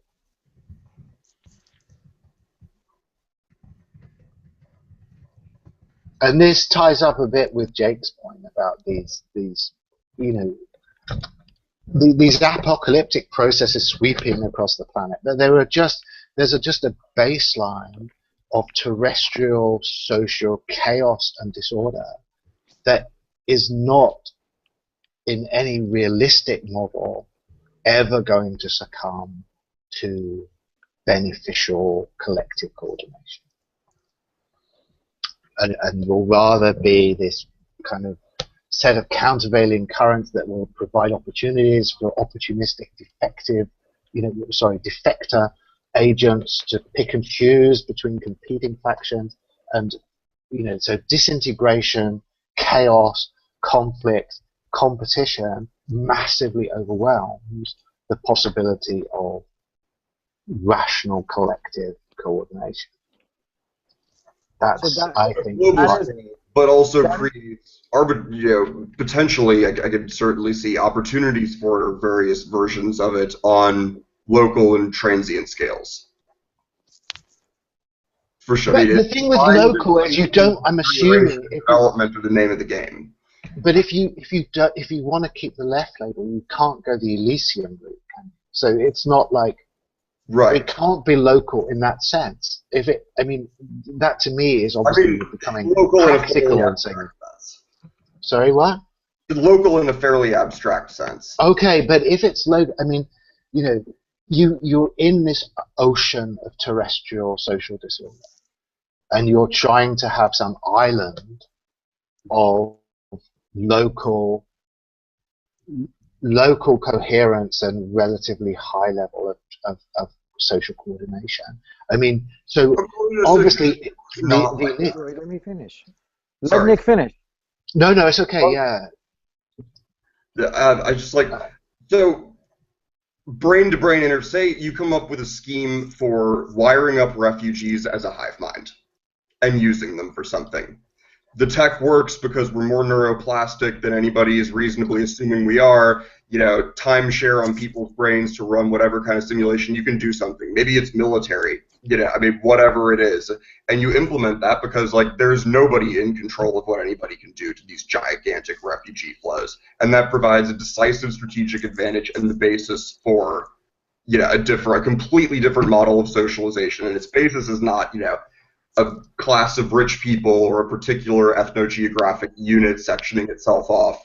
It is that technology for coordination at the level of brains, neuro-machine interfacing, name it, provides opportunities to leverage human assets in totally non-human ways, but ones which still, for the humans ultimately add up to being the basis for radically different social models. Okay, so I'm not sure I'm following. Are you saying that people at the border have a chip inserted into their Yes, brain? no, it's like making.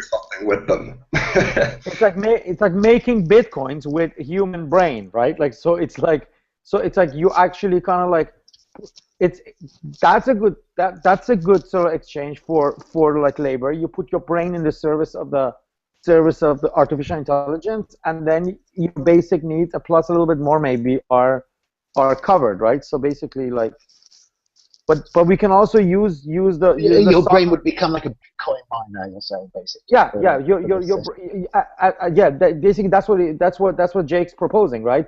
That like but he's using Yeah, more refugees. or Like less. he like to use soccer hooligans in England also, maybe some other groups of like it shouldn't be all be refugees.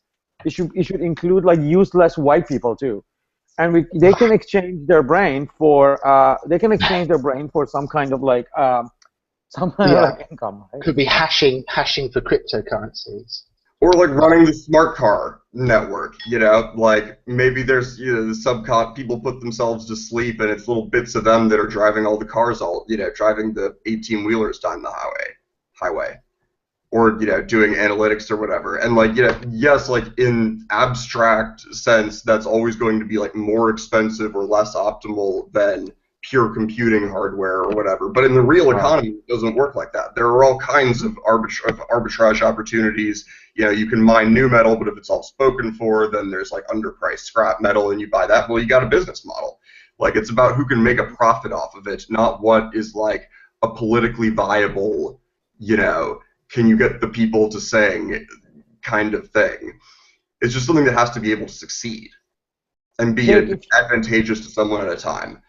Jake, if you pay me $100 an hour, I'll just give you my brain right now for 10 hours a day, and like I'll just like go to sleep. Like seriously. I need to invent the technology to take your brain over, but I'll remember that and get back to you. Just please get back to me but it has to be more than the hourly rate I already make or average hourly I already make. If it's even $5 more, I'd rather just be sleeping and like my brain being doing the work. So, just to put it out there. Anyways, I don't think we should dominate the discussion because it's a very interesting discussion and like the direction it took all of a sudden. So anybody wants to like Ian, do you have something to say, or maybe Adam, did you fix your mic? Can you speak? Maybe not. Yeah, there's one more thing, just if general comment on kind of the macro scale about capitalism and artificial intelligence and leftism. And I'm kind of fishing here, but I'm putting together this image that I wasn't expecting to think of until this conversation took place. And in this image, capitalism is somehow sort of the handmaiden of the left ideology, which is kind of just a weird thought to me because I think of capitalism as being sort of right in the sense of, okay, it's going to benefit the people at the top, and of course, we're going to exploit as many people as we can to benefit this small group and create ever-increasing disparity. But the way, Nick, you seem to be talking about it, I find this interesting because it seems to me that if the Industrial Revolution, which I take to be kind of a hallmark of capitalism, maybe I'm ignorant in this, but is in some pseudo-deterministic way already, because of its logic, leading to this human zoo, so to speak. And this is kind of a left position. The UBI somehow, you think of the UBI sort of in contrast to capitalism, but in fact it's a part of its internal logic. And I find this just kind of an interesting thing to ruminate on because it's not the straightforward way we think about capitalism Right. on the left. I mean, I'm not sure I'm persuaded of that because obviously the other side of the UBI thing, Mo's already produced these two criticisms of it, and I think I've got two or three others. One of them, which I've already, I think, outlined, which is the formal equation of UBI with the human zoo construction model. But the more just practical and historically immediate problem is to do with well, I mean, I'm being extremely repetitive about this, but I don't think there's any helpful way to avoid talking again about coordination problem, like that capital is constantly trying to escape. It's trying to escape from costs. It's trying to escape from constraints. Its whole history has been escaping those ways, escaping into the cities in order to sort of find some autonomy in that, escaping through globalization from local constraints and resource deficiencies and all of these things. And so unless you have some system of universal imposition, then it will always root around anything that seems locally like a cost, even if globally it doesn't. Like, you can say completely rationally and coherently, look, massive disorder, chaos, social conflict is going to be a huge cost for you. Wouldn't it be better to spend a small proportion of your income on just keeping people happy? I mean, that's the kind of, lots of quote marks neoliberal translation of fully automated luxury communism. Just pay them off and they'll stop fighting. But the trouble is that how do you coordinate that for the local economic unit? If you can simply go around it, if you can get other people to pay those costs, other people to deal with those social problems, and you can find, even in some mobile way, a sort of route that avoids taking responsibility for maintaining social order, of course you'll be driven by these extremely powerful microeconomic forces to root around. So, I think it's inherent in the nature of liberal economics, which is, from an ideological point of view, what capitalism is, that it will always evade social responsibilities that are evadable. And as we were saying earlier, technological evolution makes it easy. The opportunities for those kind of evasions become stronger and stronger. As you go into anonymous cryptocurrencies, these global networks, the fact that international communication is easier, then why would any economic unit locate itself somewhere that requires taking a high level of responsibility for social harmony when it can sort of parasite off that, or it can go somewhere else where it's, conditions are locally cheaper? So this is my real question with this. Is about a teleology of capital. That would be a teleology of capital towards a UBI if capital was based upon one coherent, universal political unit that it was rationalizing in terms of its own interest. But it's not.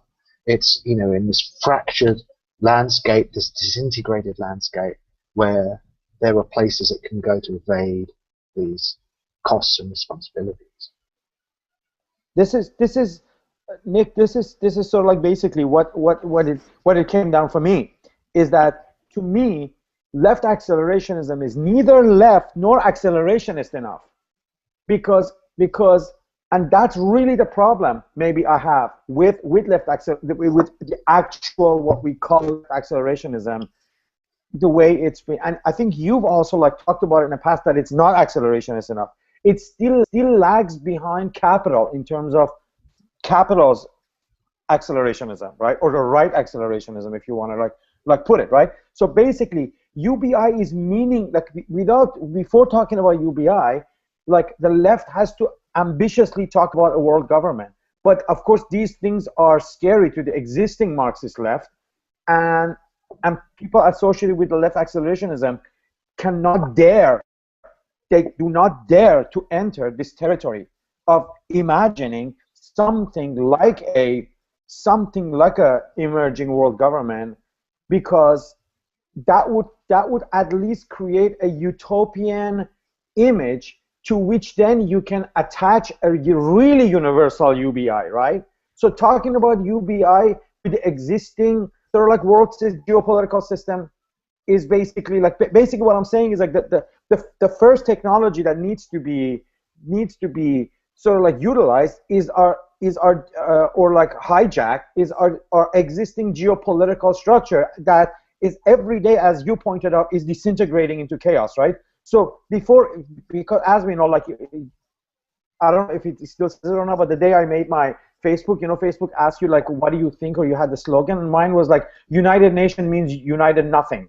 So as this 20th century system of like world governance, that whatever it was arbitrarily set up and limited, is falling apart, the sooner we get to acknowledging that, like, we need some kind of like global thing, it's just basically wishful thinking. So if you really want to talk about UBI, don't talk about UBI. Let's talk about world government first. What kind of world government you want to envision before it's too late? Yeah, I think Zizek actually has some stuff that's very close to this, where he says the left is deluding itself if it thinks that it isn't committed in principle to world government. Because if you cannot have a local solution to this situation. As long as there is a disintegrated political framework on this planet, then everything that the left tries to do can be rooted around. There's a timestamp on it, though, because these things are not going to be eternally available, these options, because as we disintegrate into further chaos, right, it becomes less and less possible to even imagine, let alone implement, such a vision. Yeah, I mean, I'd be interested to see whether anyone can envisage it. I mean, to me, I have to say the trend is completely the other way. I see the 21st century as the century of disintegration. I think the whole economies of scale logic, the whole armed citizenry model of military force, all of those things in the 20th century that have bolstered up and produced large political structures are falling to pieces. And so, I mean, overwhelmingly the most probable trend to me in the coming decade is disintegrating. But I mean, if anyone is seeing something more coherent than that happening, then I'd be very interested to hear the story.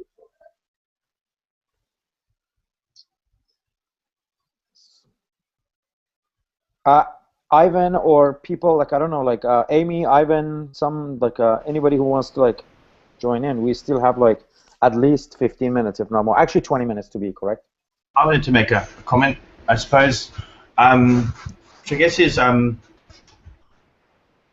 for Anthropol, if we're back to sort of the risk management aspect, it seems like we've deviated from the question of artificial intelligence, but actually we haven't, because to presuppose there will be an enemy, but not know much about how that enemy thinks or will emerge, would be very bad risk management. So, I work in information security, and the biggest fear is advanced persistent threats, which are essentially targeted attacks against an institution or an individual.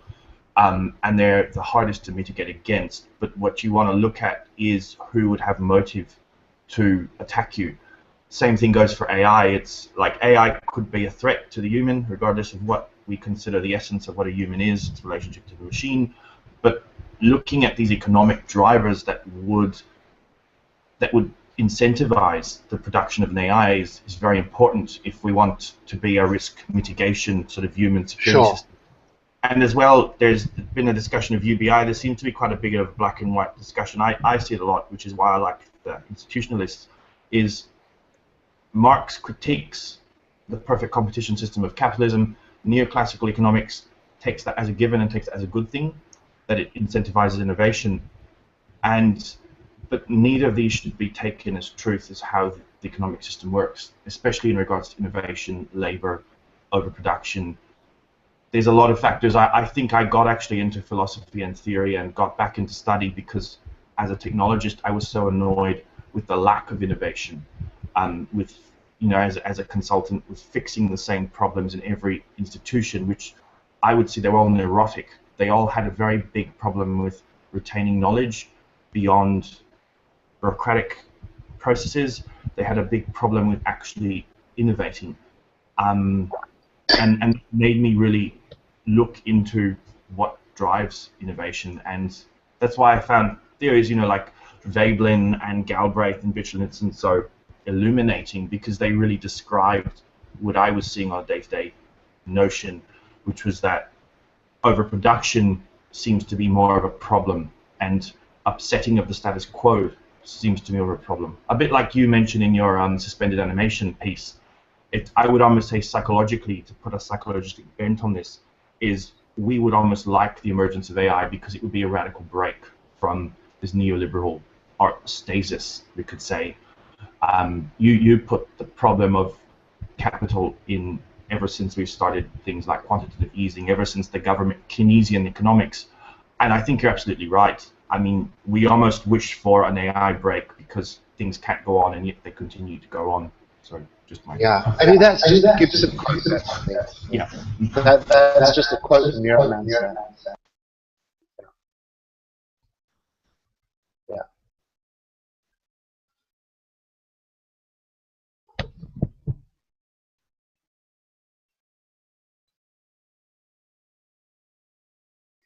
Ivan, sorry, I had to mute you because you were echoing Nick's voice. So if you can, so now you can unmute. Yeah. Yeah, sorry, I am responsible for that. Okay, no, it was my speakers. What I meant to say is, in Nick's piece, Suspended Animation, he talks of the creative destruction of innovation and capital, how that's been inhibited with Keynesian economics and its management of demand, of the supply of money, and management almost like a prophylaxis for the business cycles. That is stimulating the economy in times of crisis and not really letting the creative destruction take place. So almost it seems a lot of our discussions are we would almost wish we had a perfect market economy which would lead to the emergence of this AI, the end of the human.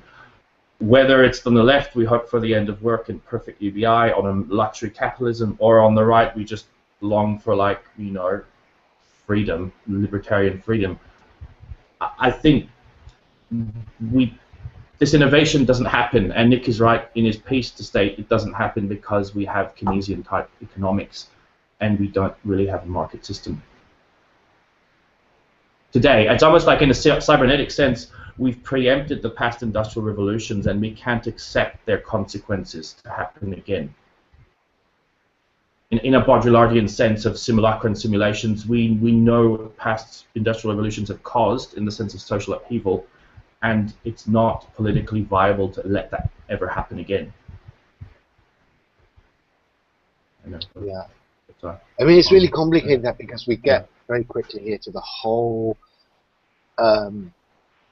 If I go right out onto a kind of controversial polemical limb here, I would say mythology of the New Deal. I mean, what was the Great Depression all about, and what exacerbated and what, and so we're maybe pushing beyond the patience. I think to launch into that discussion might be a bit too much, but I totally, obviously, as I'm sure you predict, will sympathise with that. I was just wondering if that's a good risk. If this is our risk management strategy, this political economic piece we've been discussing was not totally in vain to an extent, because we need to look at who would want to attack the human, even inadvertently, to an extent, through technology. Well, yeah, but if it inadvertently covers a lot, doesn't it? I mean, like one thing we've not talked about much because we've been in the economic plane, and maybe to a fault we have, but obviously another big one that's massively discussed at the moment is military applications of artificial intelligence. And so you could say, if you've got the same thing to do with disintegrated agencies and the fact they're all defecting from coordinated solutions, we raise the question, who would imaginably want to make it easier for robots to kill people? Well, I mean, everybody. It's like you have to be some kind of absolute weird freak to not want that if you're in the circles that are actually relevant to those decisions. You know what I mean? And if you're sitting in China saying, look, the Americans are going to have a robot that can kill people with so much ease and competence, the notion that you're going to get through some proposal saying, well, maybe we shouldn't do that, is laughable. No, I agree, and perhaps we should be speaking less about the economic incentives to innovation and more about the military-industrial complex and state power, I suppose. Yeah. Yeah. I mean, their Absolutely. integration is very interesting, obviously, Yeah. because when I've been talking in a very facile manner about the possibility of chunks of capital migrating around the world in order to avoid certain social and political restraints and responsibilities, that obviously is actually concretely inextricable from a military context. You Absolutely. know, that Yeah. at the end of the day, property has an infrastructure of security. So, sorry, I missed that, Jack. What were you saying? It's fine. It's just like worth this. I don't know, just a parable. You know, Pablo Escobar, which like if you know, cocaine is something like artificial general intelligence, and everything that it can replace to generate a surplus by reducing the cost of something that creates its own demand, right? Well, yeah, he was worth $50 billion, had $30 billion in cash buried in the ground in Colombia, and I mean, in 12 years. And he was hunted down in like 6 or 8 months and shot dead by Special Operations Command from here around Fort Bragg. The military-industrial complex is probably, the deep state is the only thing besides capital that is Flexibility. in terms of like there is no reasonable bottom to assume or to set on its capabilities and its willingness to act. Right. And that to me, and maybe this is too cynical, but that to me implies convergence. I mean, Right. if you've got these two series of agencies with basically transcendental capability, Exactly. then they are going to melt into each other. And I think we're obviously seeing that. I mean, in terms of 21st century trends, the commercialization of security is almost implied by geostrategic disintegration. As states crumble, people are going to say, how do we actually ensure security? And this becomes a kind of commercial service. I think that the trends there are extremely strong in all kinds of respects. Nick, I'm gonna say something really boring, Okay, which good. is, this is the third seminar, right? Third sem, and Yeah. we really love some of this stuff. Actually, I mean, I'm sure you do too because it's a requirement of the course. So maybe people can think about what are they going to write about a little bit, because we can just totally utilize a lot of threads that started in what people's interests are, and maybe I don't know, maybe it's a good idea to sort of maybe next week, if people are ready, what do you think of them talking about there's their already papers really or great stuff up on the classroom. So I mean, if anyone is willing or interested to put stuff up there, for sure do that, because it's stimulating for everybody and feeds into the whole process. So that's fantastic. Especially for our certificate students, because passing the seminar is required for them to gain the credit, even though we're not accredited, but just for us as an institution to issue the certificates, they need to fulfill the requirements, right? And requirements involve actually in the case of these seminars means interesting research and writing on the stuff that the course kind of provoked in them, right? So basically, for those of you who are certificate students, maybe you want to start thinking about what you're going to write about, because there's a lot of amazing stuff coming up in the make a remaking of the Matrix, starring refugees and soccer hooligans and all sorts of people. Yeah. I mean, I think I should just say, I know we've kind of been massively digressing, and I think that this topic does sort of encourage that. But I'm actually pretty confident that there's nothing we've talked about tonight that isn't actually part of this topic.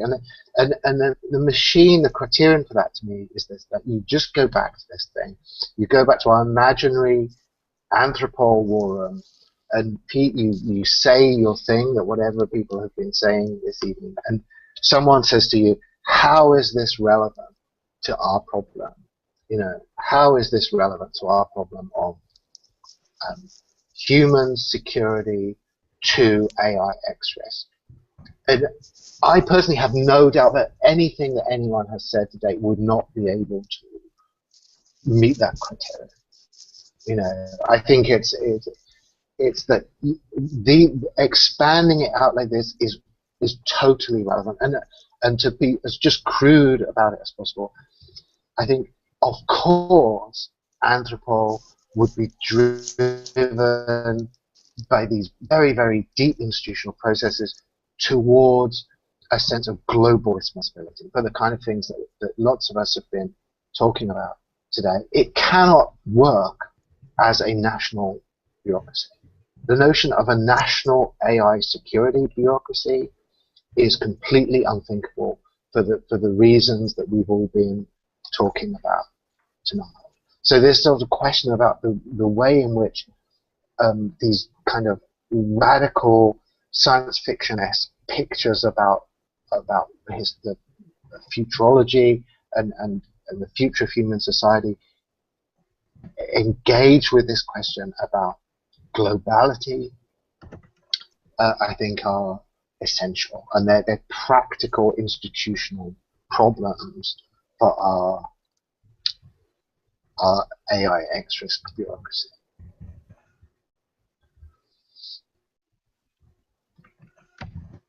We're almost near the end of seminar. We started actually pretty much on time, except maybe 5 minutes late or 6 minutes late. So we're ready for final remarks by anyone, including like Professor Land.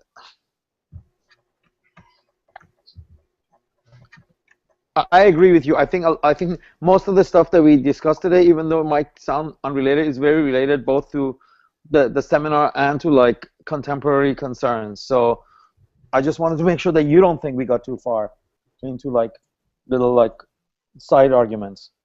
No, I think it's I can understand why it would seem like a concern, and I apologize to anyone that it seems that we're involved in massive entropy skewing across all of space-time. But actually, I think that it's only when you see how this context has to be expanded to actually encompass the problem that we're really looking at that you're seeing it.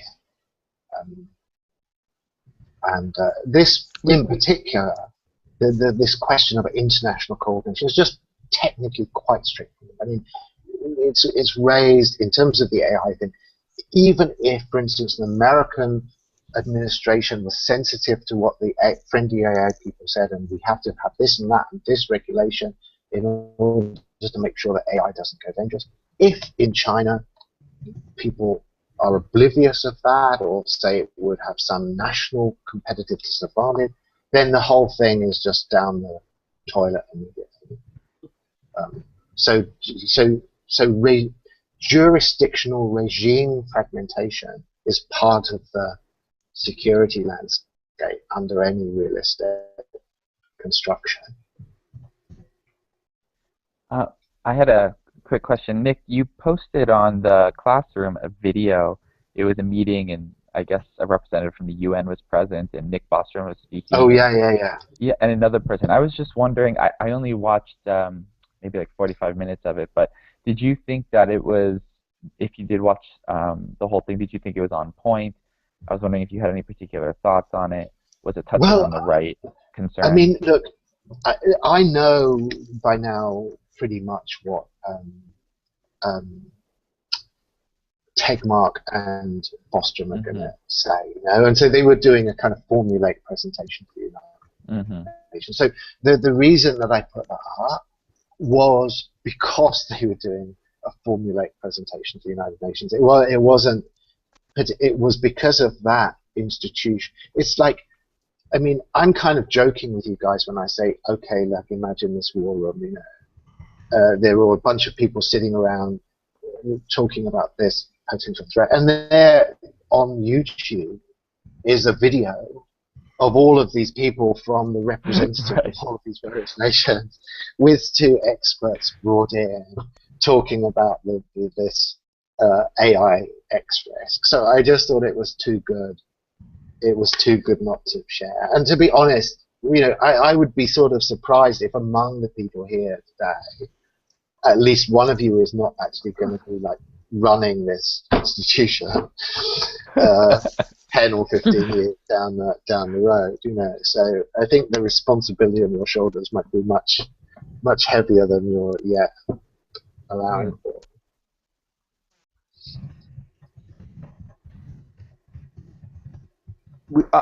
I wanted to say we have a quiet student in the seminar, Olivia.